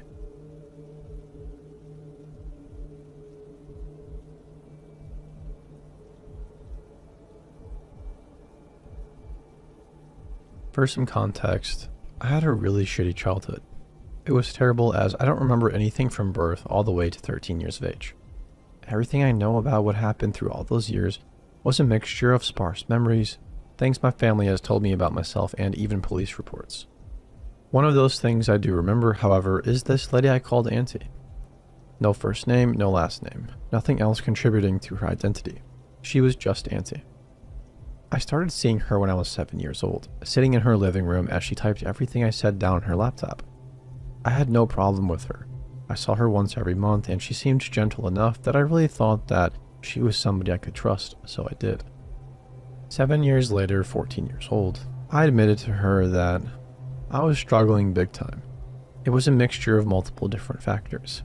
My mom's increasing toxicity, the lack of social interaction at the time, and more importantly, I never moved on from the horrors in my childhood. Now, I was 14 years old at the time, and I was able to wonder why these meetings with Auntie never actually seemed to help me, especially to do with the fact that I begged her to tell me why I constantly felt upset. I remember on the way to Auntie's house, I asked my mother if I would ever get the chance to see a different person, maybe get a different sort of help that Auntie clearly couldn't give. I was just hissed at to be quiet. Around that time, the relationship between me and my mother began to crack. My mother became a source of grief to me, and I cried about it during multiple sessions with my auntie. Auntie, at the end of these sessions, would try to defend my mother or make me seem like I'm blowing things out of proportion. I tried to come up with my own reasons at the time for why she was not trying to understand things wholly, and I chalked it up to her being empathetic, maybe being able to explain why my mom was terrible, was supposed to help me embrace it in some weird way. And then more things like that seemed to happen. I admit that when I was 16 years old, I was a terrible kid. I went to parties, drank whatever was served, and definitely did not tell anyone what I was doing. But then Auntie started to ask very specific questions, especially to the topics mentioned above. I was in shock. Again, I gave her the benefit of the doubt and thought that her sudden pinpointing of these things must be from the fact that at this point, she's known me for almost a decade. All the way into a year later, she started to bring up the parties I've gone to in these sessions without even bothering to hide behind questions. The relationship between me and my mother had almost been completely severed, and the worst part of all, something that still affects me to this day, was at the end of each session, Auntie had started to invite me into the room and tell her every single thing I said. It was terrible, hearing my own words against my mother, explaining the increasing abuse that she has begun to put me through, and straight to her face as she sat next to me. My grades in school began to drop. My mother forbade me from going out, and I was completely isolated. I ran into my mother's room looking for something. I remember rummaging through everything until I went into her walk-in closet. I had barely gone into her room. In fact, I completely forgot about the fact that she even had one of these. In my crazy state, I just remember running into her closet and looking through every crevice. I stumbled upon a suitcase leaning against the wall under the hung-up clothes. If I close my eyes, I can still imagine it. It didn't look old, so that was probably what made me decide to open it up. When I did, all I saw was a shit ton of papers. The surprise of seeing so much snapped me out of the state I was in, and I recall sitting cross-legged on the floor and wondering what the heck those papers were. After a while of reading, I realized that these were transcripts of Auntie's and my sessions, literally dating all the way back to some of the first sessions that I did. I remember feeling sick, feeling so sick. I at least had enough sense to steal a few of the papers to make it less noticeable. Reading through those transcripts just filled me up with more and more bitter questions, and I decided that night that I would figure out what was going on. I was on a time crunch, feeling stressed because I really only had a year left to figure out what the heck was going on, before I was faced with the looming threat of being kicked out as soon as I turned 18. I started to pay way more attention in our sessions, looking around her house whenever I got the chance to, looking for some indicators that could tell me who this psychologist really was. I started asking my mom more and more questions about Auntie, and she kept deflecting, repeating the same fact. She was a psychologist. That's until I did something that literally almost ruined the rest of my life. I decided to steal my mom's phone. It seems like a small thing now, but then it was really life or death. My mom was in the shower, and I had already packed all the stuff I needed to be out for a few hours, maybe even for a few nights somewhere. As soon as I heard the door lock, I swiped my mom's phone and bolted out of the house. I didn't even look down at the damn thing until I was on the bus.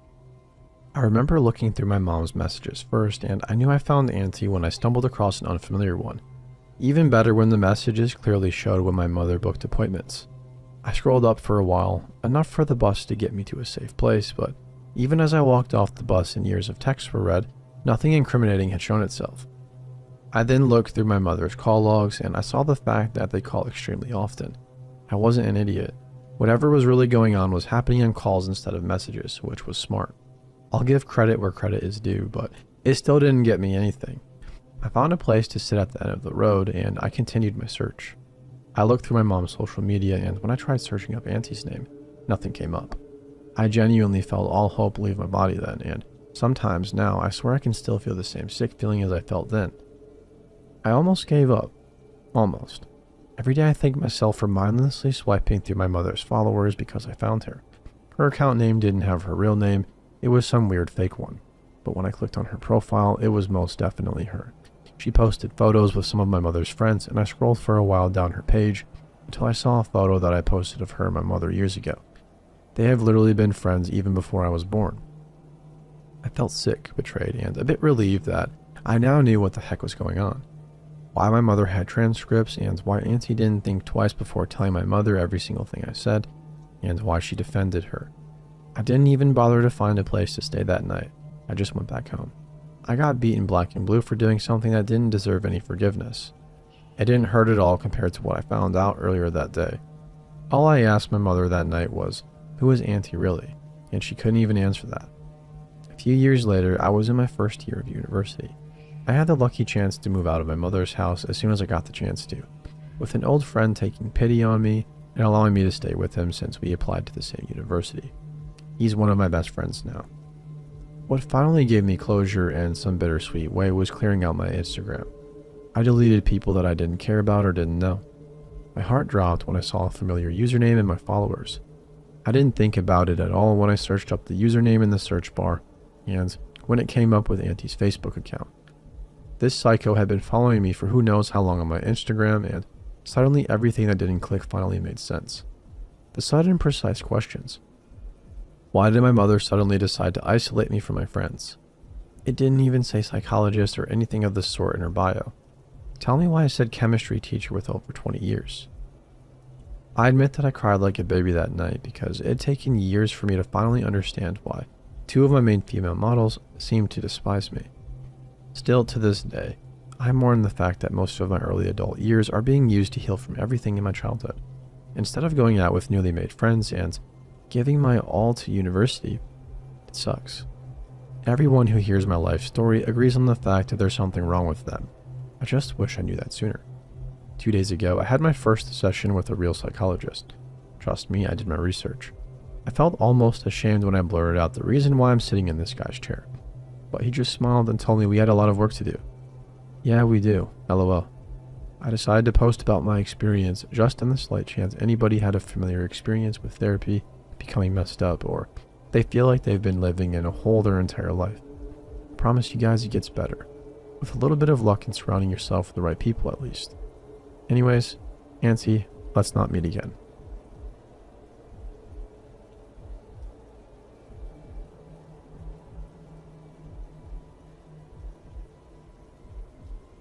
Hey guys, here's a little update on the guy that was in my barn a bit ago. I did see him again, but I'll get to that. Plus some of my coworkers have noticed some things. So I worked 2 night shifts again this past weekend, and there are certain doors in the barn that I can't lock even if I want to, so I just have to be extra cautious about it. One of those nights I got there early in hope of maybe getting off before midnight. That being said, I was the only one there for a little bit. Stupid, I know, but I was tired and thought it would be nice to have a head start. I went out to the barn to get the first pen of milking cows. I just remember feeling overall uneasy. It might have been just me being paranoid given the previous situation.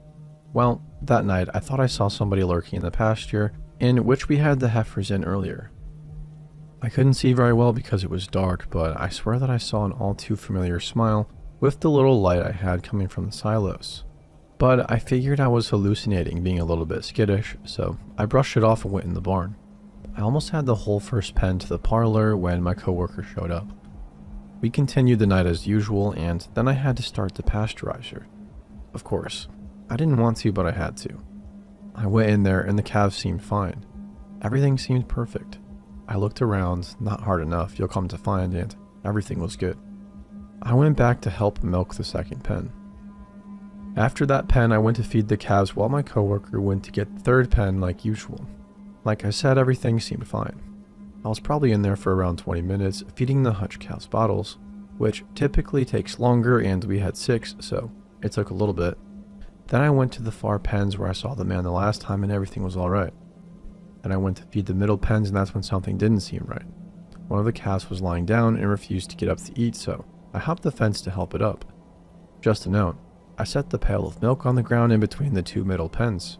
I turned around once I got the calf up, and there he was. This time, he was standing still smiling. I still couldn't really see his face because it was covered, but he was still wearing the same clothes, which was weird because it was 60-something degrees out that night. He wasn't overly tall or big, but just had a really creepy appearance and smile. He didn't say anything, just smiled. I have a knife on me for work purposes, usually to cut baling twine. So I pulled that out just to have it, and then I jumped the fence again and ran back to the parlor just as I had the last time.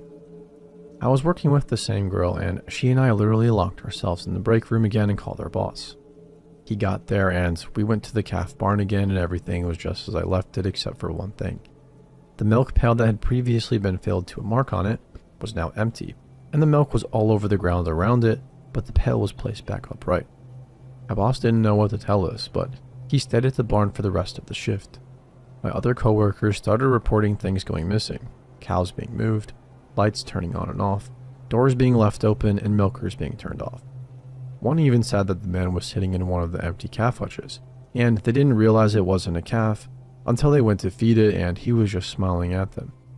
The cops had been notified, and we now have a cop parked by the barn every other night, and one that stays in the area at all times. I don't know where he was when I checked the barn before I started feeding, because he wasn't in that pen. I checked. He definitely has some sort of hiding spot that I didn't see him in, or he was moving around the milk house as I walked through it or something. But this guy really creeps me out, and lately I've been turning down night shifts. I'll keep you guys updated on how the cop thing works out, and if I ever see him again. This whole thing just really freaks me out because I love my job and the people I work with, but I hate being afraid to go to work. So, to the guy who keeps showing up in my calf barn, please never come back, and let's never ever officially meet.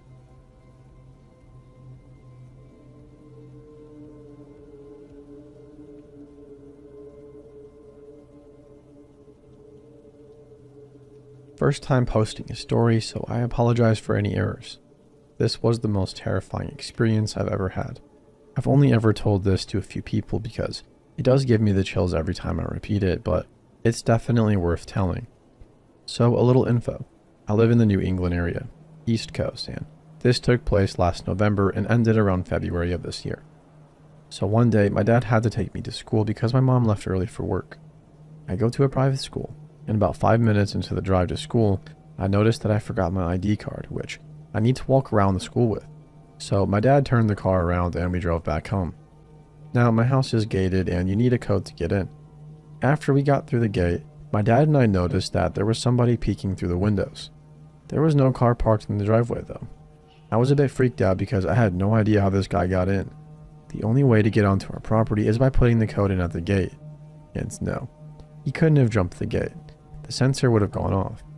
My dad tells me to wait inside the car and to lock the doors. He gets out and walks up to the guy that I can now see is about 40 or so. Now, this part gets a bit weird, but it's not uncommon at the same time. My dad looks exactly like Leonardo DiCaprio, and he gets told that almost every day. The next thing I know is, this guy asks for my dad's autograph and asks if he can take a picture with him. Very odd, I know.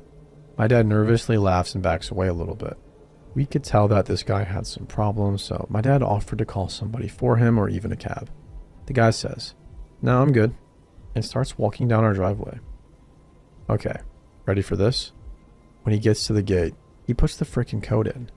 Like, how did he know it? My dad then starts shouting at him and starts running down the driveway. This beat up white car stops, picks up the guy, and they take off. My dad goes inside our house, checks the place out, and calls me to let me know I can come in. Fast forward to mid-November. I should mention that I was 16 when this started. I turned 17 in late November. I'm also an only child, if that's even important. So, One night, my parents and I are having dinner and talking when the phone rings. We don't take calls during dinner, so we let the answering machine take it. Then we hear this really creepy voicemail. "Hey buddy, smoking wife, you got there?" And that daughter laughs. She's a peach. My dad got up and picked up the phone, but the person on the other line had hung up. I'm not really one to get freaked out easily, but I was very scared and I didn't sleep a wink that night. I should mention that by this time, we had completely forgotten about that guy on our property. Over the next 2 weeks, we got some really creepy phone calls, some in the middle of the night. Sometimes I would sleep on the couch in my parents' room, but let me just quickly tell you how awesome my dad is. He would stay up downstairs while my mom and I slept. And sometimes when I couldn't sleep, he and I would watch funny movies and play board games. He is incredibly protective of my mother and me, and he did everything he could to keep us safe and feel safe. For my birthday, my family and I went to New York for a few days. When we got back, everything seemed fine, until we started unpacking and noticed that some things were missing, like a few family photos, 2 of my dad's Rolex watches, and some of my mom's jewelry. Not knowing what else to do, we called the police. My dad is a surgeon, and he is sometimes on call, so he often would have to leave late at night, at which point my mom and I would sleep in the same room. My teacher noticed a huge change in me. I was always sleeping in class. I lost a lot of weight, and I just looked like a complete wreck in general. My teachers expressed these concerns with my parents, to which my mom and dad had decided to send me to therapy. The phone calls started coming almost every day now. One day at school, the office called me down to the front desk. I was informed that a relative was there to pick me up. My mind started going to a million different places. I was scared that something happened to my parents. I asked who it was, and they said it was my uncle. Now, this is where I got a little bit confused. I only have one uncle and he lives in London. I explained that there must have been a mistake, and the lady at the front desk pointed to the main entrance in the lobby. I had never seen him in my entire life. I told the lady that I wanted to speak to the principal. My parents were called to the school and I left early that day, and my mom and dad were very uncomfortable sending me to school the next day, so I ended up staying home for a few days. Long story short, this stalker issue became so big that we actually ended up moving to New York City. But before that, it was getting out of control. People showed up to the door, even after we changed our code to get in. We just felt unsafe, and I never want to feel that fright ever again, and I hope none of you ever have to experience that feeling. But thankfully nothing has happened since we moved, and I'm just so thankful that I had my family with me. So, to the stalkers who haunted my family for months, you better hope we don't meet again.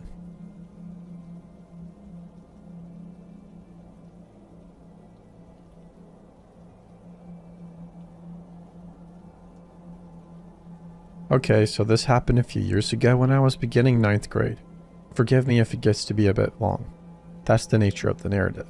Beware in advance, this is not one of those stories where something unexpected and creepy happens at the end. But the aftermath is still tragic beyond belief and left me permanently changed. Just for the reader to get a better picture, I live in the capital city of a third world country, and malls and cineplexes had fairly recently become a fad among the well-to-do in urban areas. A couple of girlfriends and I had gone out for a movie and dinner afterwards, at TGIF's, go figure. The subway system had also recently finished construction and become immensely popular here, so I thought, what the heck, I can take the subway. The subway stop was pretty close to our house as well, so it was really convenient. As I messed around on my phone trying to pass the time, I could see a boy no older than 18 or 19 constantly stealing covert glances at me. In that moment, all my feminist angst went out the window, and I can honestly admit I wished I hadn't worn a dress, thinking maybe he wouldn't stare if I had worn something more covering. Anyways, my stop arrived, and as one does at one stop, I got up and started to leave. This boy also got off at the same stop. Now in these types of stories, people often say how they knew something was off or weird. I didn't. He wasn't anything other than the standard issue creep I was used to in this city. This guy then falls into step a bit behind me, but not too far either. No issue. I am still thinking. No need to be paranoid. By now though, it's about 10 p.m, so I am getting worried and uneasy. It doesn't help that the street is practically empty, flanked by large houses and broken street lamps that light up jack shit. I can hear him murmuring into his cell phone, so I'm thinking maybe he really doesn't care about me. Then after some time, I notice he isn't there anymore. Yay. But I don't want to take any chances, so I call up my brother to just come and get me, and we'll walk the short way home together. So as I am walking my way and hoping my brother will catch up with me any second now, I see his shoe poking out of the alley. I just know it's that guy. Then I notice something that gives me chills even now. He's standing next to 3 other guys, and they're all jerking off together right there on the street. I'm scared shitless because A, I was a sheltered kid in a country where sex education is what is called literally taboo beyond belief, and B, who does that? I turned around and started walking away fast, hoping they didn't notice, but they did. They zip up their pants and sort of advance towards me. Not exactly threateningly, but definitely sneering at me trying to get away. I'm quickening my pace, but I know if I run, they'll run too and catch up with me. If I keep walking up ahead, it's a road that goes on for miles and miles, so I'm walking fast. Police number ready to dial, waiting for my brother to appear any second now, hoping these guys will go away. I was wearing a dress that buttons down the front, and one of the guys comes straight up before I'm able to run or dial the cops in, forcefully tears the first button off. A bit of my bra is now exposed. At this point, I know I'm going to be assaulted or murdered, and where the heck is my brother? Just wow. One of the guys is holding an iron rod about 3.5 feet in length. In our native language, he says, "They're going to shove it up my cunt and then my ass." And the button-ripping guy firmly holds my wrist. Just then, I hear loud footsteps. My brother. Now I think the guys thought that they could take him because he was just one guy and sneered at me again when I called out to him, almost crying and desperate, but they didn't realize one important thing. My brother is a 6'4" pro tennis player who bench presses more than these guys' body weight put together. As he gets close, they freak out. The original guy snatches a necklace I was wearing straight off my neck and they all run. I'm shaken and scared, but it's over now, so I go home, tell my parents, and we decide that we're going to go to the police the next morning. The next morning, we do go to the police. Magically, they show us pictures of each guy. I'm really surprised because A, police here have a terrible track record investigating assault-type cases, and B, how did they do it without an actual complaint? They then tell my parents, who later tell me that these guys went on to brutally assault somebody 5 kilometers away from my neighborhood. Chillingly, they'd taken my necklace and put it around the person's neck that they left for dead.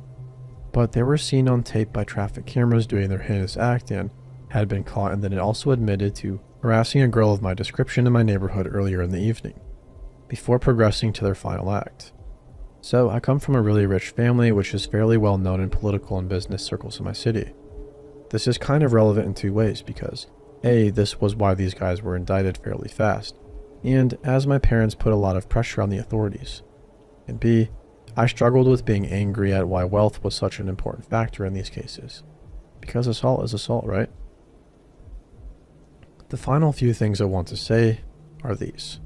Even coming from a well-respected family, the policeman asked me why I was wearing a dress, implying that I was asking for it. Another appalling realization I had was, if I were not well-known or connected, if I were just a normal girl out with my friends, would any police personnel investigate my claims? If I didn't call my brother, would I be alive? Heck, most girls my age don't even have cell phones here. They couldn't call anyone. Finally, was I the cause of that person's assault and murder? What if they did that to her because they lost access to me? She belonged to a very poor family. If my parents hadn't intervened, if I weren't involved, would those men have walked free? If I didn't have stigma-free access to expensive therapy, would I ever be mentally sound again? This whole incident left me afraid of my own city and country. To this day, I haven't worn a dress outside after 5 p.m. It left me with a deep skepticism for law enforcement. I still feel a little bit guilty for that person that ended up dying and had their right to life taken away. And I still have concerns about how my family's wealth became such an important factor in this case. What about all the girls who can't afford all of my privileges? To end on a brighter note, I really have gotten over everything that happened to an extent. I'm even leaving home to study in the USA at a great university this year, and I am determined to not let this event determine what I do with my life in the future.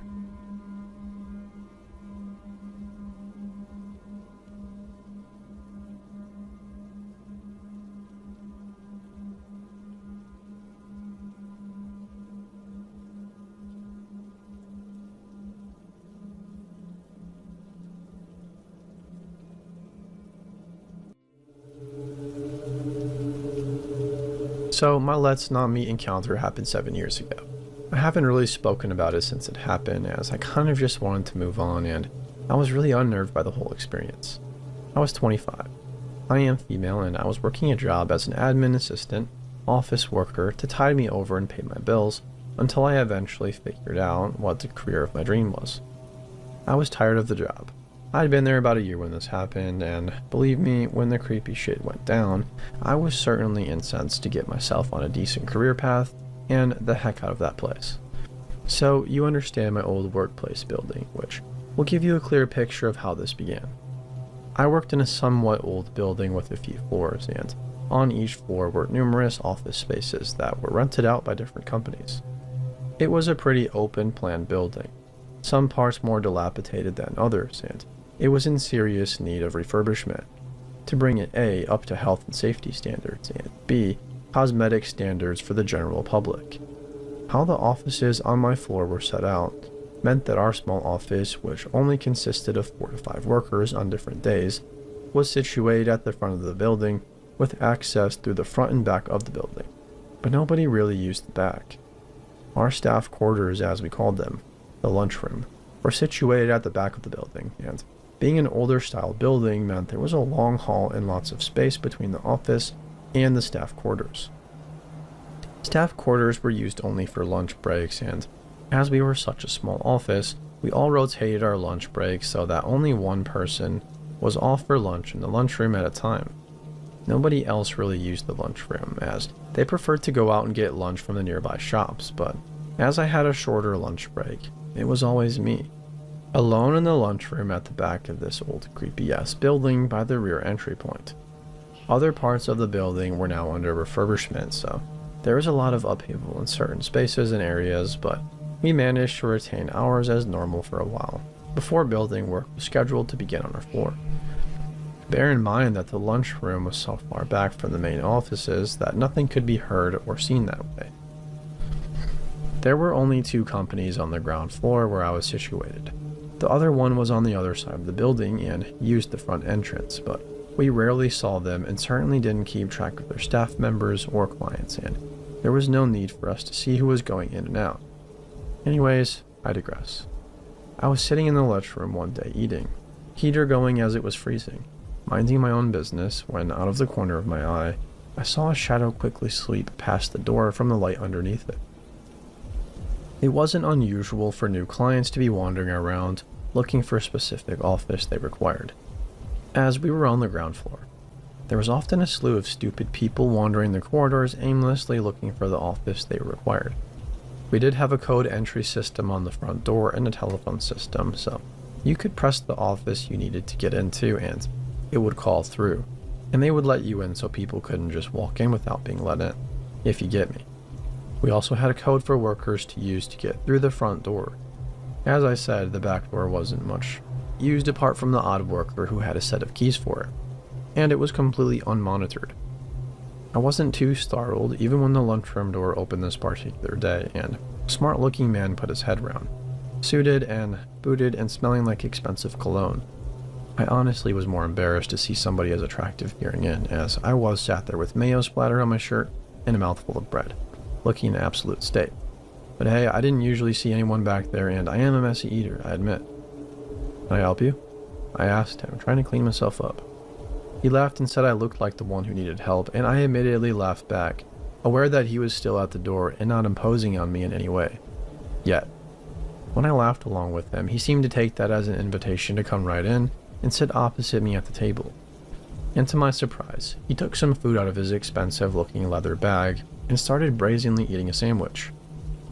"Hey, I'm the HR manager for such and such company upstairs, and every time I go out to get my lunch, I always wonder who is sitting in here alone, so I thought I'd just have a look," he said, still eating and seemingly very calm and chilled. The weird thing about him was that he seemed so normal. Nothing about this guy made me worried. In fact, it was nice to have some company on my lunch break, as most of the time I just sat scrolling through creepy news articles on my phone. We carried on chatting, mostly about mundane stuff. I asked him about his job in the company upstairs, and he asked me about mine. I asked him about where he usually took his lunch breaks. You know, just normal small talk, but it felt more comfortable than that. This guy was super charming. He made me feel at ease. That part is the most chilling to me. I was totally at ease and unguarded. It became a pretty regular thing for him to join me in the lunchroom, and honestly, I was beginning to get a bit of a crush on this guy. He had a good job, was attractive, and was very charming and normal. I began looking forward to seeing him. Stupid, I know. A little attention from an attractive guy, but hey, I was single and not bad looking. So I figured, why couldn't I have a harmless little crush? He had told me his name was Alan, and honestly, I didn't intend to take it anywhere with him. I was totally happy single at the time, and I was getting some minor flirtations from him, but nothing that confirmed he had a crush on me too, or wanted to take it any further. He moaned about the building work taking place and how the whole upstairs offices were a mess.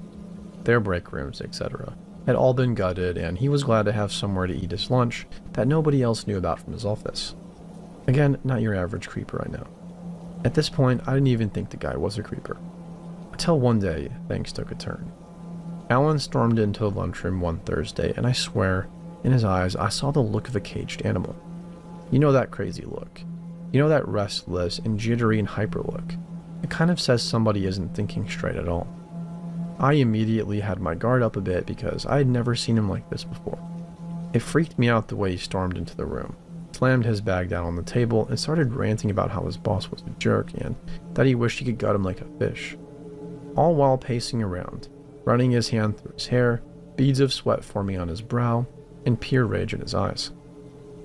I'd always thought his eyes were so pretty before. They were a steely blue, but right now they looked darker and more imposing than ever. I tried really hard to pacify him and calm him down. I was repeatedly saying it would be alright and to calm down and let's just eat. And whatever had happened, I'm sure could be sorted out. He slumped down in a chair and I went over to him, kind of standing beside him but obviously over him, and I put my hand on his shoulder to console him. With that, he flew up and pushed me back against the wall. I was stunned and I couldn't speak. His body was pressed against me, and almost through his rage, he was in a trance-like state. After he pushed me back against the wall, he just stood there, his hands holding my wrist down by my side. Almost like he was taking some weird comfort from the fact that he had me up against the wall. He buried his face into my neck and I was frozen to the spot, like, what the heck is going on here? I always said I would never be one of those girls in an emergency or dangerous situations to freeze. But honestly, like, I had never been in this type of situation, and I could tell he was really volatile in this precise moment. I really didn't know what he was going to do, so I didn't want to risk pissing him off more and then have him attack me or something. I stood there for what felt like an eternity, his face buried in my neck, still holding my wrist quite forcefully, when all of a sudden, he licked my neck and said, "You smell nice." Yes, he actually licked my neck. Seemingly calmer, that's when I decided, nope, I am not standing here with this person who was clearly unstable, holding me up against a wall in anger, and then suddenly being all soft-spoken again and licking my neck in this weird predatory way. That's what it felt like to me right in that second. And I felt so stupid for starting to eat with this guy and not even question why he was coming to our lunchroom. I told him to get off me. I was leaving. At that point, I was prepared to take a beating. It shouldn't have been like that, but I honestly didn't know what his deal was. Was he crazy? Was he just emotional or upset? Was he trying to seduce me? Was he going to hurt me? I don't know. I realized I didn't even know this guy. We spent half an hour to an hour in each other's company, passing the lunch hour, but I didn't really know anything about him as a person. It had been a couple of weeks of lunches together, and I realized how short an amount of time that was to really have any idea about this person. He let go of my wrist, and then in the most sinister tone I'd ever heard, he said, "You always seem like you wanted it from me, you damn whore." Before I could respond, he grabbed his bag and stormed out of the lunchroom, and tears just sprung to my eyes. I cracked the door open to make sure he'd left, and I just sprinted back to the front of the building where my office was and told the guys in there everything that had just happened. They were absolutely fuming.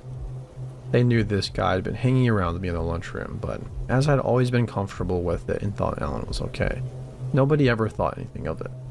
They actually thought it was hilarious every day when I came back from lunch all tongue-tied after my encounter with attractive Alan, as they now referred to him. They insisted we march upstairs and put in a complaint as a company, and I knew that even if I didn't agree, they would march up themselves to do it. Eventually, I agreed, after feeling shaky and vulnerable, but I knew I didn't want to have to face Alan after the incident in the lunchroom. I went up regardless, flanked by two guys I worked with, one of whom was my immediate boss. As we began explaining the situation, it was evident that something was wrong. The woman and the man from the upstairs company looked really confused when I explained about their HR manager, Alan, and what he had done. They explained that their HR manager was a female called Jules and that I must have been mistaken because there was no Alan that worked at the company. We asked every single company in the building, and not one company had an Alan working for them and never had. We eventually came to the conclusion that Alan had been coming in every day for lunch, but with absolutely no idea why or what for. We also didn't know if he had the building code or a set of keys for the back, and we didn't know where he had initially come from. Unnoticed, wandering freely around the building. The locks were changed, the code was changed, and CCTV was installed, as it never had been before. Plus, security checks were put in place at the building after this incident, with everybody entering the building being monitored. I never ever saw Alan again, and I still to this day don't know why he was coming in the building every day, having lunch with me, pretending to be an office worker, and I don't know what happened that day when he flipped. So yeah, this isn't the usual creep around Let's Not Meet, but Alan, let's never meet again.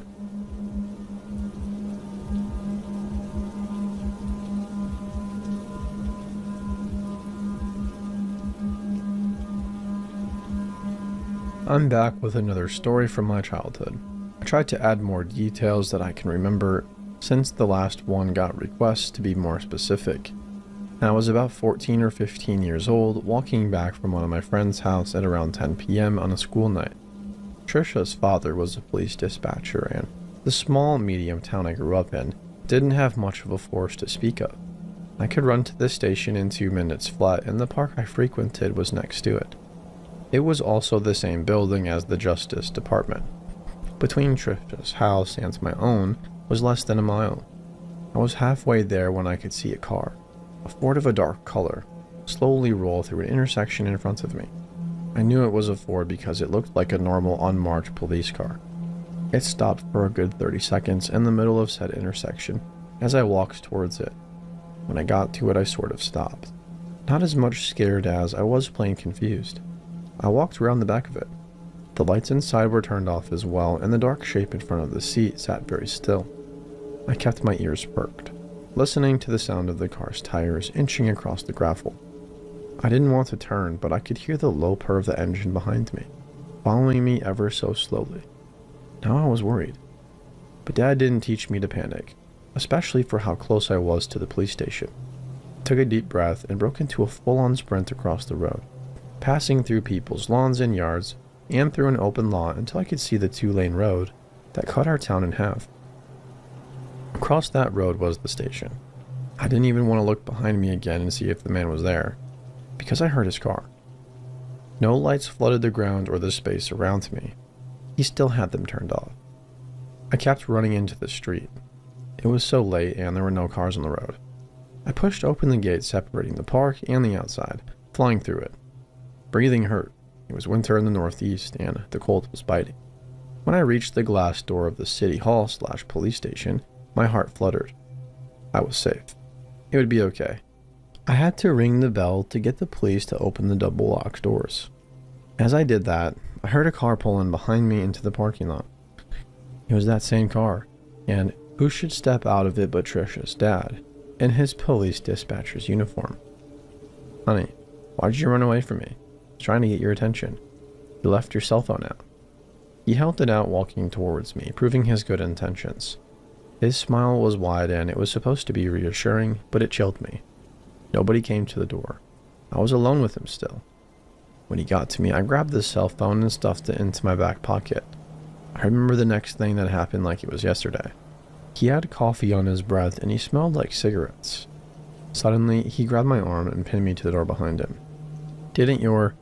insert racial slur here, "Daddy tell you to say thank you, pretty girl?" I was shocked. Not once have he ever spoken to me like that. They were from Kansas, but he'd never given any indication that he thought like this. "Didn't you hear me, girl?" He was inches from my face.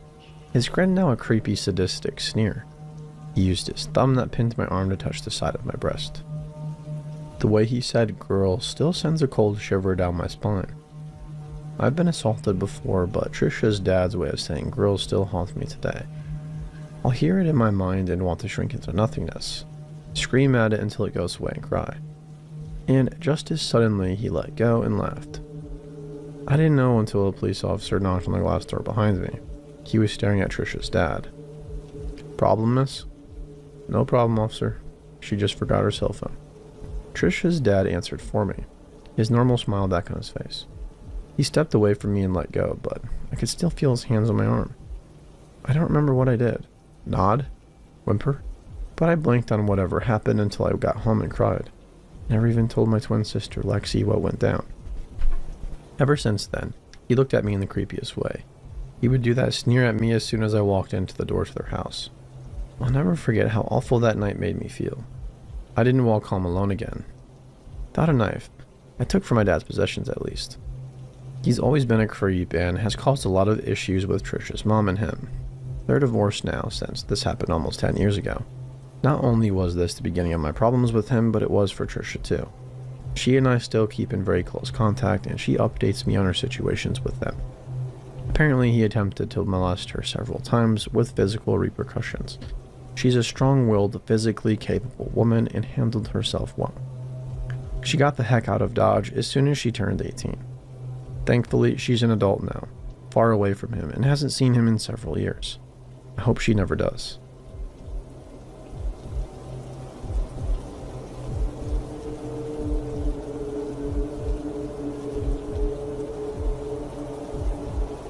Hello. First off, I'm very new to posting here, so please let me know if I need to correct anything. This just happened yesterday evening in a small mountain town about 40 minutes outside of the major city that my boyfriend and I live in. We had decided to reserve a jacuzzi at a hot springs resort, just to take some time to relax and enjoy getting out of the city for a few hours. We left the apartment around 6:30, to allow for traffic and make sure we made it to the resort by 8. We had a nice drive up, making conversation and flicking through songs. We arrived about half an hour ahead of schedule, so we decided to sit in the car and wait to check in. When we arrived, I was immediately met with a sense of unease. I didn't tell my boyfriend, but made a mental note of the feeling. I've learned not to brush those feelings off, so I made sure I was a bit more alert during our little trip. We checked in and got all set up in our jacuzzi. The way it was set up was very private, so there was fencing all around us and a door with a lock on it to get into the area. When I first walked in, I was overcome with the feeling that I had to get that door locked as soon as I could. I'm usually a safe person and would have done this anyway, but the feeling of the locked door being a necessity at that moment was rather uncanny. As the night progresses, the sky begins to darken, and my boyfriend and I are remarking on how beautiful the mountains and sky are at this time of the evening. We are making jokes about some crazy mountain man running out of the hills towards us, and I start cracking up. I'm mid-laugh when we hear someone jiggle the door to our jacuzzi area. I stop laughing, and I am immediately struck with a fight-or-flight sense of fear. Now, I've been startled before, but this was just different. I felt legitimately threatened by the energy that whoever was outside of that door was giving off. As the jiggling continued, my boyfriend called out, "Yo, you need something?" The person on the other side began to yank forcefully on the door now, and my boyfriend yelled out, "Hey."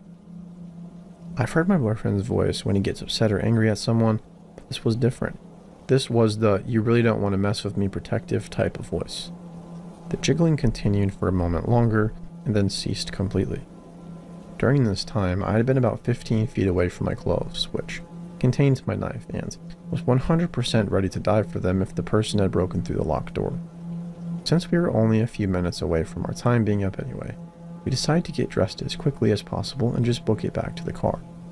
The whole time we were getting ready, up until we drove out of the lot, I could feel somebody watching us. About 100 yards or so away from the resort, there was a park of mobile homes.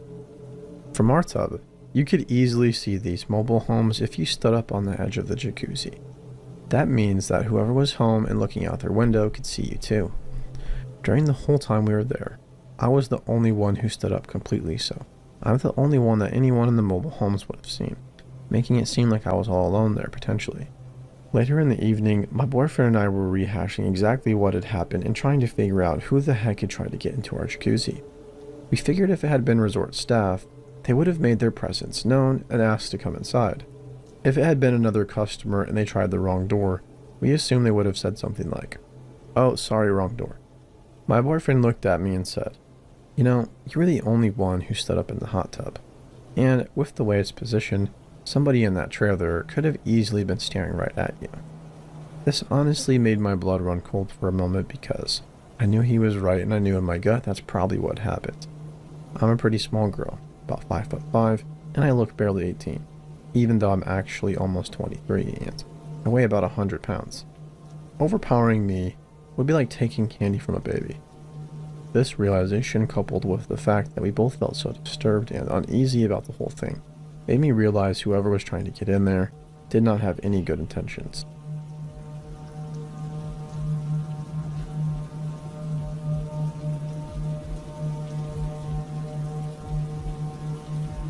I've thought about sharing this story on Reddit before. The time and place never seemed right until I found this subreddit. I rarely ever think of this. I think I mostly blocked it out. I am female, and when I was 25, I was in a transition period of my life. I was divorcing my husband and moving back to my home state to figure stuff out. My aunt had a small 1,500 square foot, 1950s house in a quiet neighborhood. A doors that stick, squeaky wood floors type of place. She had moved out but couldn't commit to the sale. She was happy to let me live there for a bit. I lived in the house for about 5 months. This house was a single-story home, but it was on a hill, so if you went around the back of the house outside, you could walk through a door in a small basement of sorts that you could stand in. If you were in this small basement and continued to walk toward the front of the house, you would quickly be crouching and then crawling. It was a small concrete storage area, and it was under what was my bedroom. One thing I remember about this place was that it was creaky and not well insulated. The floors were creaky, and when you were down in the basement area, you could sort of see light coming through the cracks in the bedroom floorboards.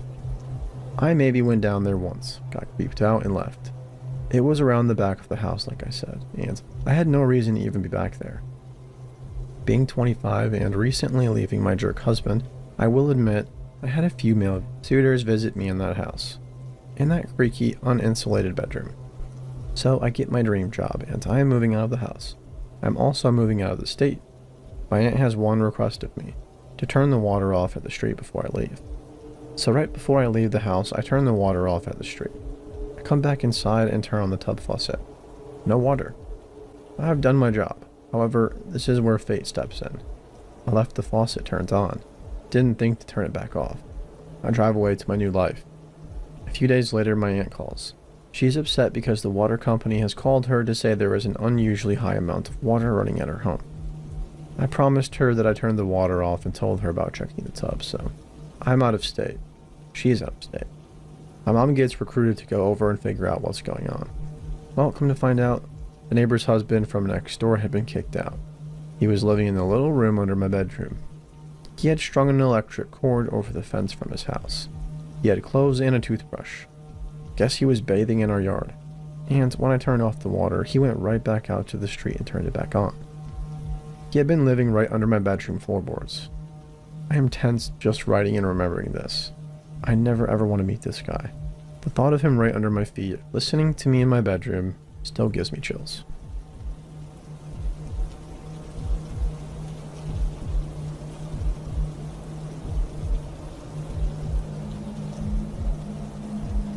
March 14th, 2008. I was 7 years old, a junior in high school. I lived in a square-mile suburban town in Nassau County, which is one of the richest counties in America. Life there was very quiet. Not much goes on. I had been struggling with depression and couldn't focus on my schoolwork. I had a paper and a whole bunch of homework I hadn't done the night before, so I woke up at 7 a.m. and made my way downstairs to my mom's room to ask if I could sleep in, catch up on some schoolwork, and go to school late, and she said okay. I woke up around 10 a.m., later than I had anticipated. I walked downstairs, poured myself a bowl of cereal, and said good morning to my poodle. That's when I heard knocking on the door. At first it was regular, calm knocking. I didn't think much of it, but didn't want to answer the door in my pajamas. I picked up the house phone and dialed my mom's phone number. She was at work, as a church secretary. Hey, Mom, are you expecting anybody at the house? Because somebody is knocking on the door. No. Could it be the cable guy? No? Okay, I won't answer it. After I hung up the phone, the knocking continued. It increased and started becoming more rapid and frantic. I peeked through the curtain and saw a bluish pickup truck outside my property, and a man standing at the door. He had a red hat on, a denim jacket, jeans and sneakers. No logos or uniform. I didn't get a good read on his face either. He kept knocking. At this point it was riling up my dog and he was barking on the top of the knocking. I swear, the knocking seemed to go on forever. I checked the locks on the doors to make sure they were secure. Then suddenly it stopped. Quiet. And I hear a creak, the sound of the side gate to my house. My pulse raced. Maybe it's the meter reader. I stood in a panic in the living room. The next thing I heard was shuffling coming from the bathroom. Could it be my cat playing with the shower curtain? I had to check. I walked down the hall and peered around the corner to see inside my bathroom.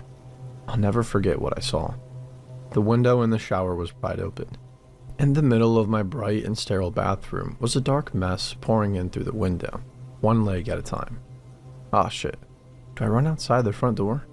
What if there are more men outside to chase me down? Side door? Too close to the bathroom.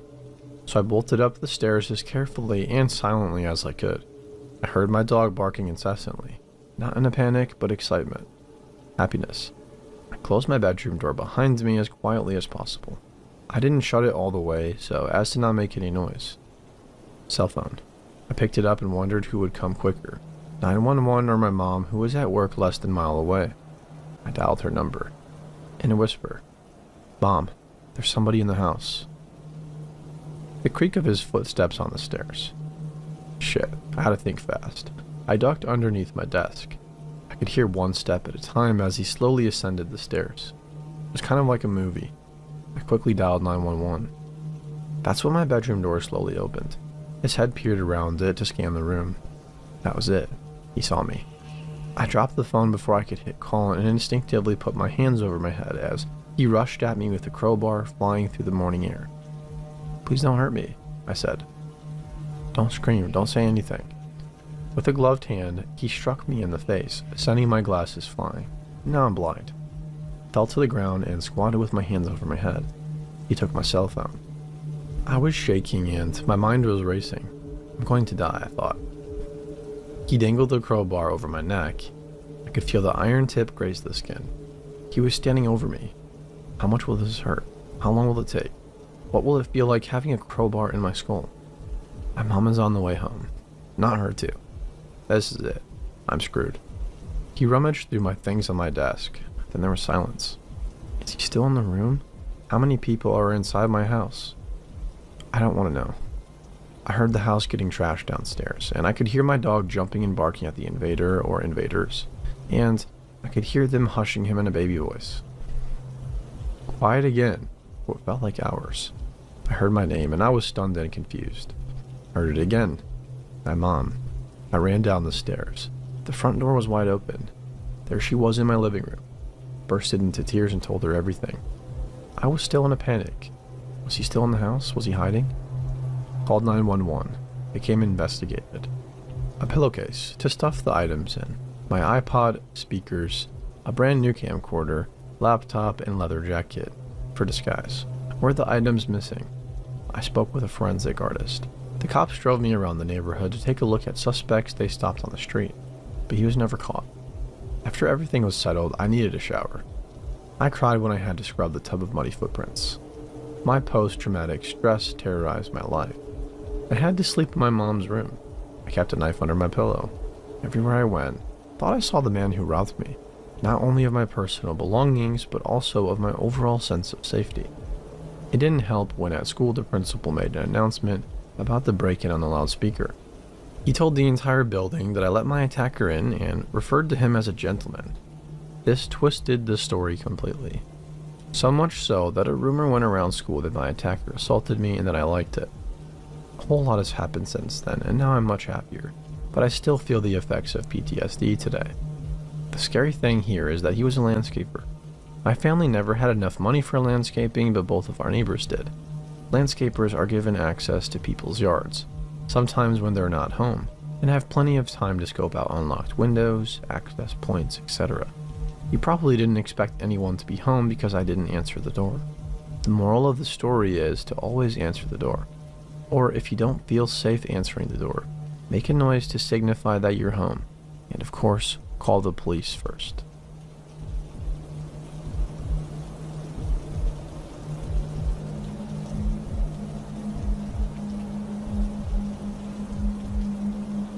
I was looking for a story that I posted a while back, but I think I deleted it on accident. By far, this has one of the craziest and scariest moments of my life, and in light of recent events going on in my life, has resurfaced in my mind. I lived a pretty sheltered life as a child. I'm an only child, and as is sometimes the case with only children, I lived an extremely overprotected life. My mom drilled the stranger danger in my head since preschool and would always stress the importance of being safe. Never go into a bathroom by yourself. Never get into a stranger's car. Never drink from an open bottle. Always ask for permission. Always stay within adults' eyesight. I have to admit that half of the time it went in one ear and out the other. As a preteen, I thought I knew it all and hated the constant nagging. However, I get where she was coming from now. My mom was a recent widow and was adjusting to the role of mom and dad, trying to shield me from the horrors that I am only now beginning to see. We lived in an area that used to be a quaint little dairy town, but over the years had gone downhill and became crime-ridden. The dairy farm fell out of business, and in its place, they constructed homes. It wasn't a bad place to live, but it wasn't the best either. I grew up thinking it was a common occurrence to hear helicopters fly by, announcing that they were looking for somebody. The cross street from my house led to a park that was known for gang activity, where almost every weekend, somebody would either be found dead or beaten up. But it was okay because we didn't live on that end of the street, I thought. We knew most of the neighbors, and if we didn't know them by name, we at least knew what they looked like. Despite it not being the best neighborhood, it was pretty quiet overall, and we felt safe enough. By the time I was in 7th grade, I finally had gotten some freedoms. My best friend Tiffany and I would take turns spending the night at each other's houses, but most of the time she would come to mine. Tiffany had a little brother that would always pester us, and she liked coming over to my house because we could talk about boys without her little brother trying to eavesdrop. I think my mom preferred it that way too because she was much more lenient with us, knowing that we are safe at our house. She would even sometimes go on her daily walks and leave us home by ourselves for about an hour or so, and we loved this. I'm not sure what happened or what we did this particular day. Probably ate pizza, sat on my front porch, outside as the sun set, and listened to the radio at way too high of a volume. Perhaps this was even one of those nights my mom left us home alone for a while. I wish I could say I saw something out of the ordinary or felt uneasy, but I didn't. After it got dark, we retreated to my room. My room has 2 windows. One faces the backyard and the other faces the street. I like natural light as much as possible, so as usual, the blinds were open. Even though it was now dark outside, which meant people could see in but we couldn't see out, I still left them open. I was too lazy to climb onto my bed to close them and had a false sense of security, knowing there was a tall pine tree directly in front of my window. With the tree in front of the window, I felt protected, almost as if my mom were invisible to the outside world. As the night grew quieter, we decided to build a fort out of sheets and tell scary stories. By this time, it was really late at night, and my mom was fast asleep in her room. After the first story or two, I started to grow uneasy and got up to close the blinds. I was creeped out, thinking somebody could be lurking outside, peeking in, but figured it was all in my head because of the stories we were telling. We got through a couple more classic stories, like the Hook Killer and stuff. I started talking about true ghost stories, things that relatives claimed they saw or heard. Our eyes were watery, hearts pounding, and muscles clenched when suddenly there was loud, furious banging on my bedroom window. It wasn't a knock that grew into a series of louder knocks. It was like an angry one that you felt throughout your body. My heart was pounding in sync with each subsequent knock. I sat there frozen, not knowing what to do. My mind was frantically trying to make sense of the situation. It just didn't make sense that somebody would be knocking on my bedroom window so late at night. We have an iron gate that surrounds our house, and it's pretty loud. I was surprised that we didn't hear the gate open. Even then, the front door is 5 feet from the gate. Why didn't they knock at the door first? My room is all the way in the back and wasn't even the first window with the light on. You pass by 2 other windows before you get to mine. A million questions are running through my head, and My brain comes to the only possible conclusion. It's Tiffany's little brother trying to scare us. Yeah, because it makes sense that a 10-year-old boy walked over to my house in the middle of the night to scare us. In what felt like ages, but was probably only a matter of seconds, I finally came to the realization that it wasn't her little brother. The knocks continued. They were loud and angry, yet nobody was saying anything.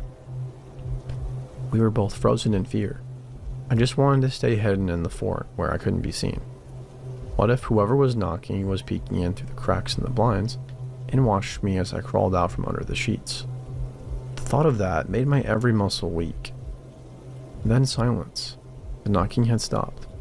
I felt my body ease up a little bit. Maybe who was ever there had left, and, cue teenage brain, we decided to go investigate. My mom was blissfully unaware of what was going on, still fast asleep. We slid out of the fort and tiptoed down the hallway towards the front door. Adrenaline pumped through our bodies as we decided one of us would sneak to the front door and look out the peephole or window and see if we could see something. Neither one of us wanted to be the one to do it, but it was my house, so I volunteered. All the doors were locked and the windows had bars on them. I just had to be as quiet as possible. Beneath every step, I took the wood creaked and groaned. After a few minutes, I finally found myself standing at the front door. My whole torso felt numb as I inched my face closer to the peephole. Holding my breath, I look out and I suddenly feel hot and cold at the same time. I didn't know whether to keep looking out or slink back down. I think a little part of me had convinced myself that the porch would be empty that night, but instead, standing on my porch was an unfamiliar man. I had no idea who this man is, but he is standing awkwardly close to the door. Something about it just didn't seem right. What threw me off the most was that he was just pounding on my bedroom window 15 or so minutes ago, and now he was standing at the front door so calmly and quiet. It was as if the roaring avalanche had turned into a falling feather. With my stomach in my throat, I snuck back to the hallway where Tiffany was waiting for me. All I could say is, "There's a man out there." "Immediately," she says. "Go tell your mom." It wasn't a question, but a demand. We ran into her room and urgently told her, "Mom, someone's knocking." She must have sensed the urgency in my voice because she sprung up and told us to stay in her room with the door closed and instructed us not to open the door no matter what happened. We stood behind that door for what seemed like ages, trying to listen. The front door was too far away, so all we heard was silence. Finally, we hear footsteps coming toward us. It was so quiet around us that I could hear my own heartbeat pounding in my ears. I about had a heart attack when my mom's bedroom door started swinging open. It was my mom. She told us not to worry about it and that the man was gone. This left me with a million questions, but she was very vague. What did he want? Nothing. Who was he? I don't know. She shooed us back to bed and we complied. The adrenaline had started to wear off and I was now exhausted. We didn't stay up and speculate or talk. That was it, and it was the end of the story. For now, at least. The next day, I was sitting in my room and heard my mom talking to someone. I have always been a very quiet kid. Even as a baby, people would often forget I was around. I'm quiet, but I hear everything. I stopped what I was doing, probably downloading music on Napster or something, and listened. My mom was telling her friend about the man.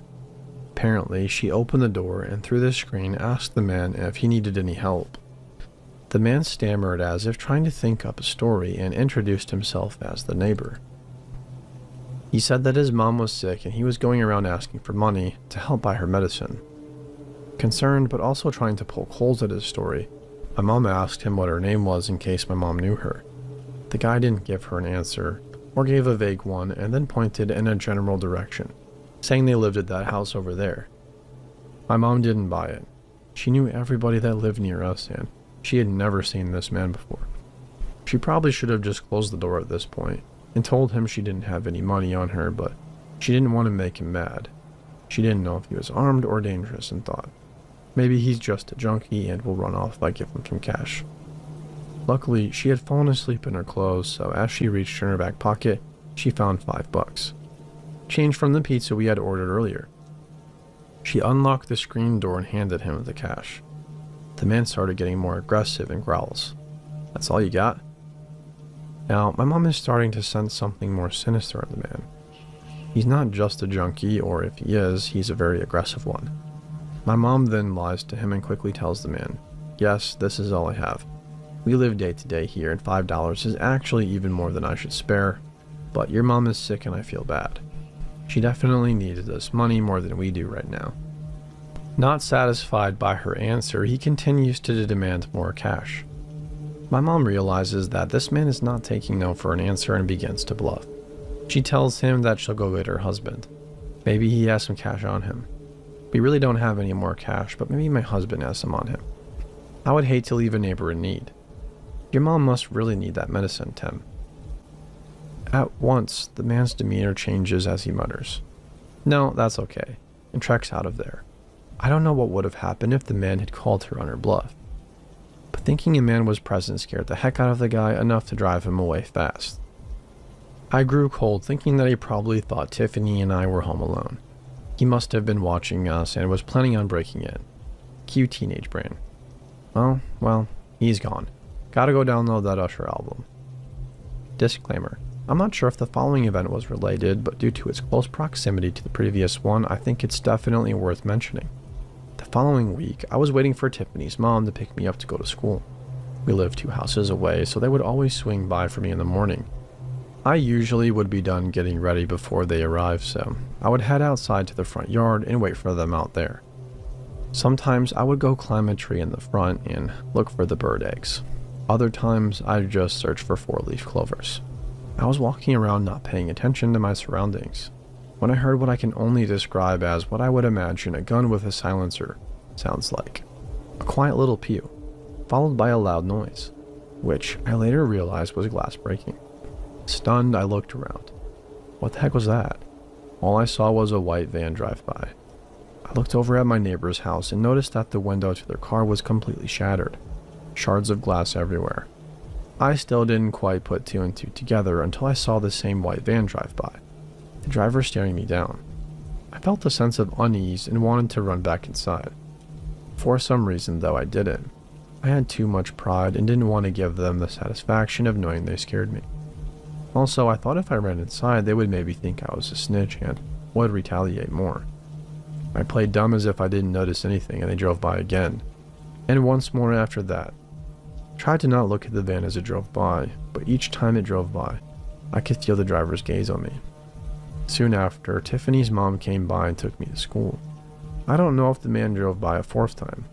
Never told anyone about the van. Luckily, nothing ever happened after that.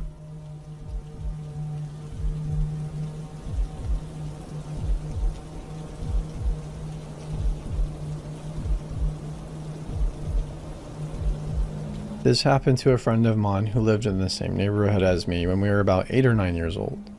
My friend E and her family lived just a few houses down the street from mine. We lived in a neighborhood where almost everyone knew each other. The biggest worry we ever had was that some outsider would come into the neighborhood and cause trouble. Some people left their homes unlocked because we felt that safe. There was an incredibly nice family that lived directly across the street from E's house. A mom, a dad, a 16-year-old son, and their other mentally challenged son who was 22 years old. I'll call him Tim. Tim was always home because he wasn't employed due to his disability, but his parents were working full-time, and his brother had school. All day, every day, he would be outside waving and smiling at anyone who drove or walked by. Big smiles, showing all of his teeth and sometimes giggling, just out of the pure excitement and happiness of interacting with other people since he spent most of his time alone. He was not creepy per se. One day, E was sick and didn't go to school. Even though she was only about 8 or 9 years old, E was allowed to stay home sick by herself. Plus her mom was going to be home around 2 o'clock anyways, since she only worked part-time, and the neighborhood was safe enough. E locked all of the doors except the one that led into the garage.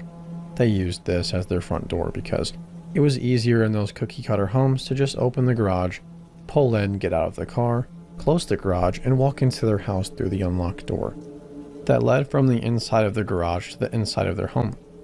This is obviously not the safest way to protect your home from intruders, but we literally all did it, as if a flimsy garage door could keep anyone from getting into it if they wanted.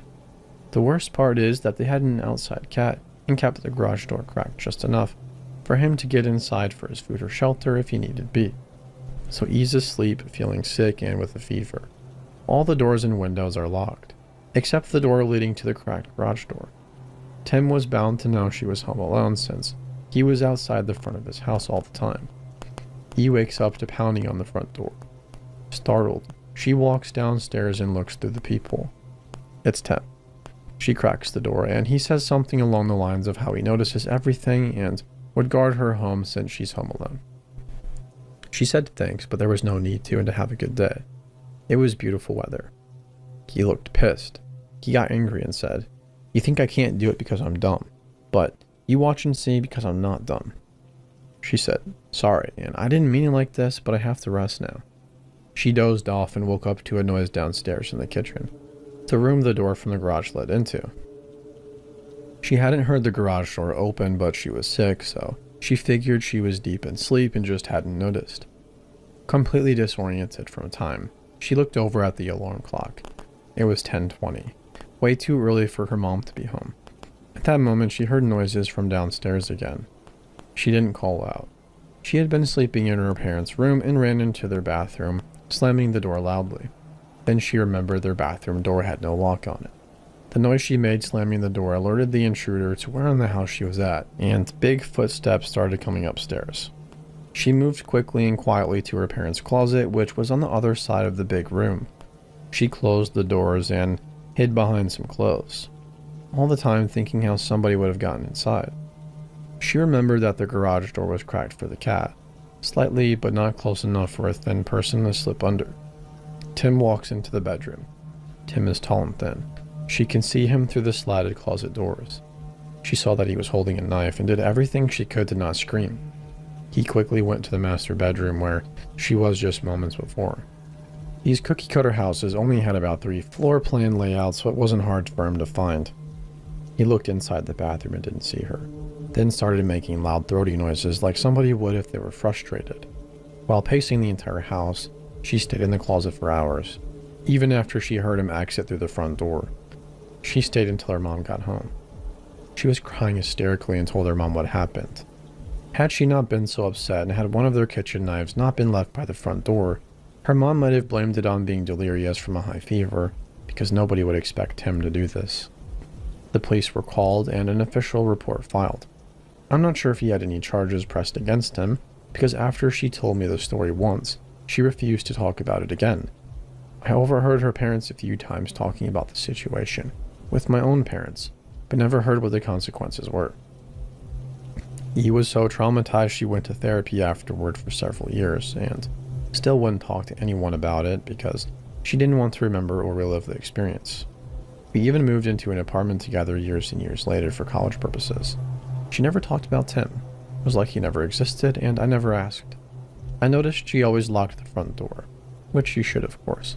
Always locked the door that led to the patio/balcony, even though we were on the 7th level, and always locked her bedroom door, onto which she added an additional lock. And when she locked all of those doors and the windows, she always checked like 3 times. Every single time. I often wonder if there was more to the story than what he told me. We were kids after all, and sometimes kids don't know how to explain things they don't understand. It's terrifying to think about what his intentions were, and if he perhaps did find E, and something else happened. As horrifying as the experience must have been for her, he made a huge statement in the neighborhood for everyone to be more careful. I will always make sure everything is locked, and I don't ever want to meet you again, Tim.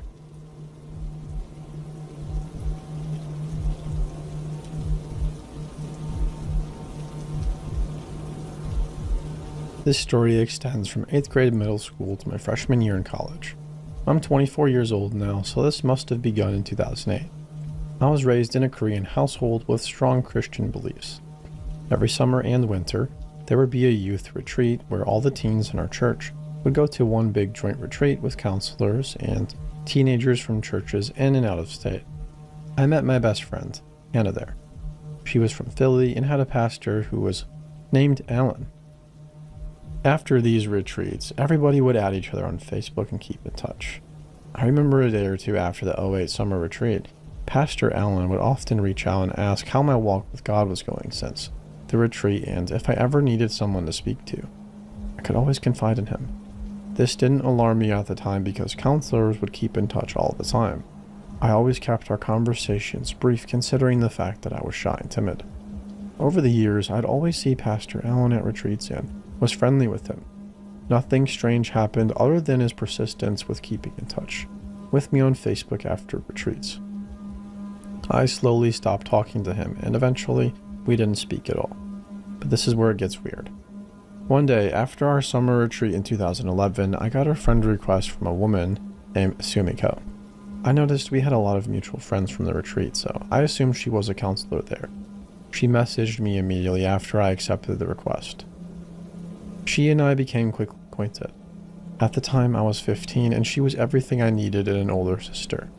Although we never met, I let my naivety get to me and confided in her about my teenage girl troubles.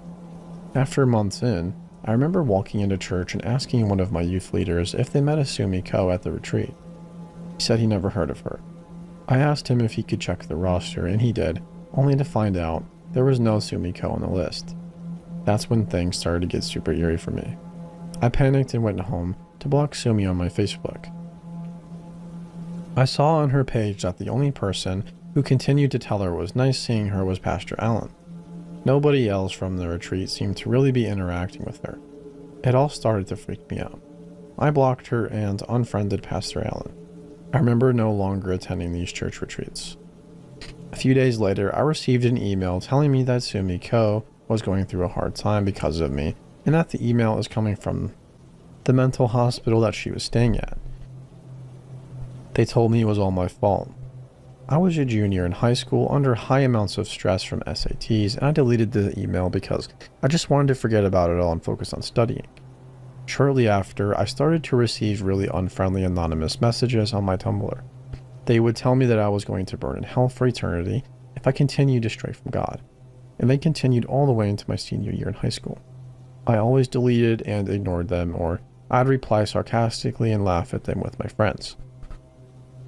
Eventually the messages faded and I didn't hear much from them anymore. In 2012, I got accepted to a close by Christian college, and I moved into my dorm.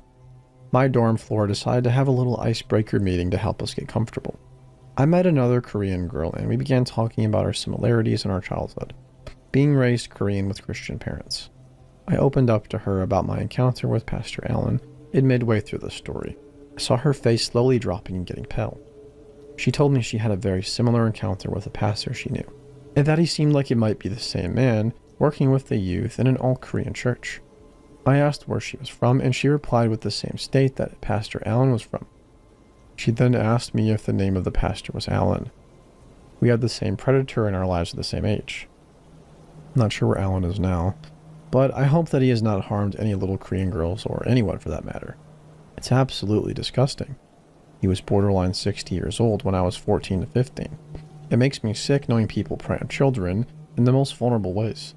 It ruined a lot of my perspective on Christianity as well. It's horrible to take something so spiritual and take advantage of a child with it. So, Pastor Allen, with a creepy young Asian girl fetish. Let's never meet again.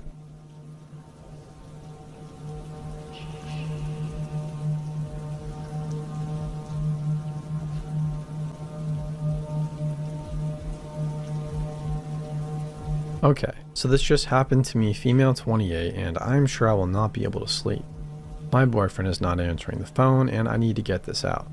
My company organized an event for the clients and the staff at a luxury hotel.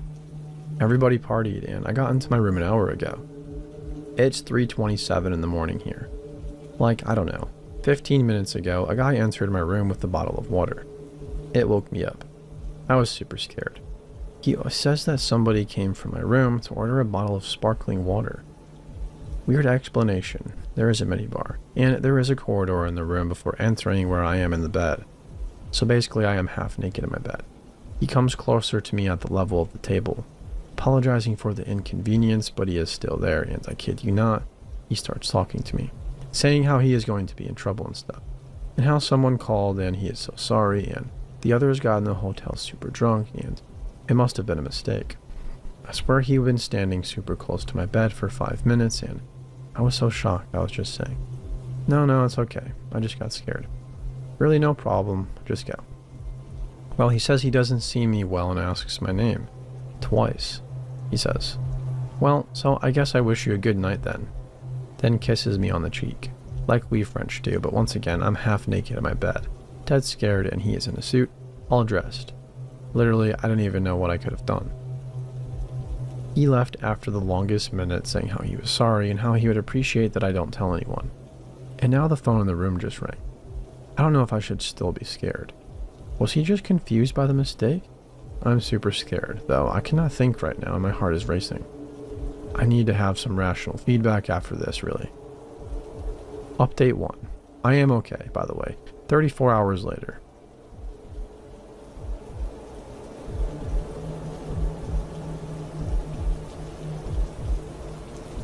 So, this is a story that happened to my mom's friends in Korea like 10 years ago.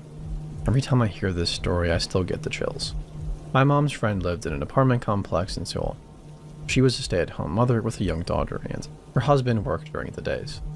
One day, she was coming home from running errands with her daughter and got into the elevator in her building. When she got on, she noticed that there was a man wearing a cap and a yellow raincoat, and he kept his head low so that she couldn't really see his face. She immediately felt really uneasy and made her daughter stand to her side, furthest away from the man. What made her feel even more uncomfortable was that when she pressed the button for her floor, there was no other lit number. And on top of that, she noticed that she was carrying something wrapped inside newspaper close to his side. Things started to click in my mom's friend's head, and she started to panic and decided to take out her cell phone and pretend she was calling home to her husband, who was obviously really not at home and at work. She started saying things like, "Oh, I'm on the elevator and about to get off. Can you get the door for me?"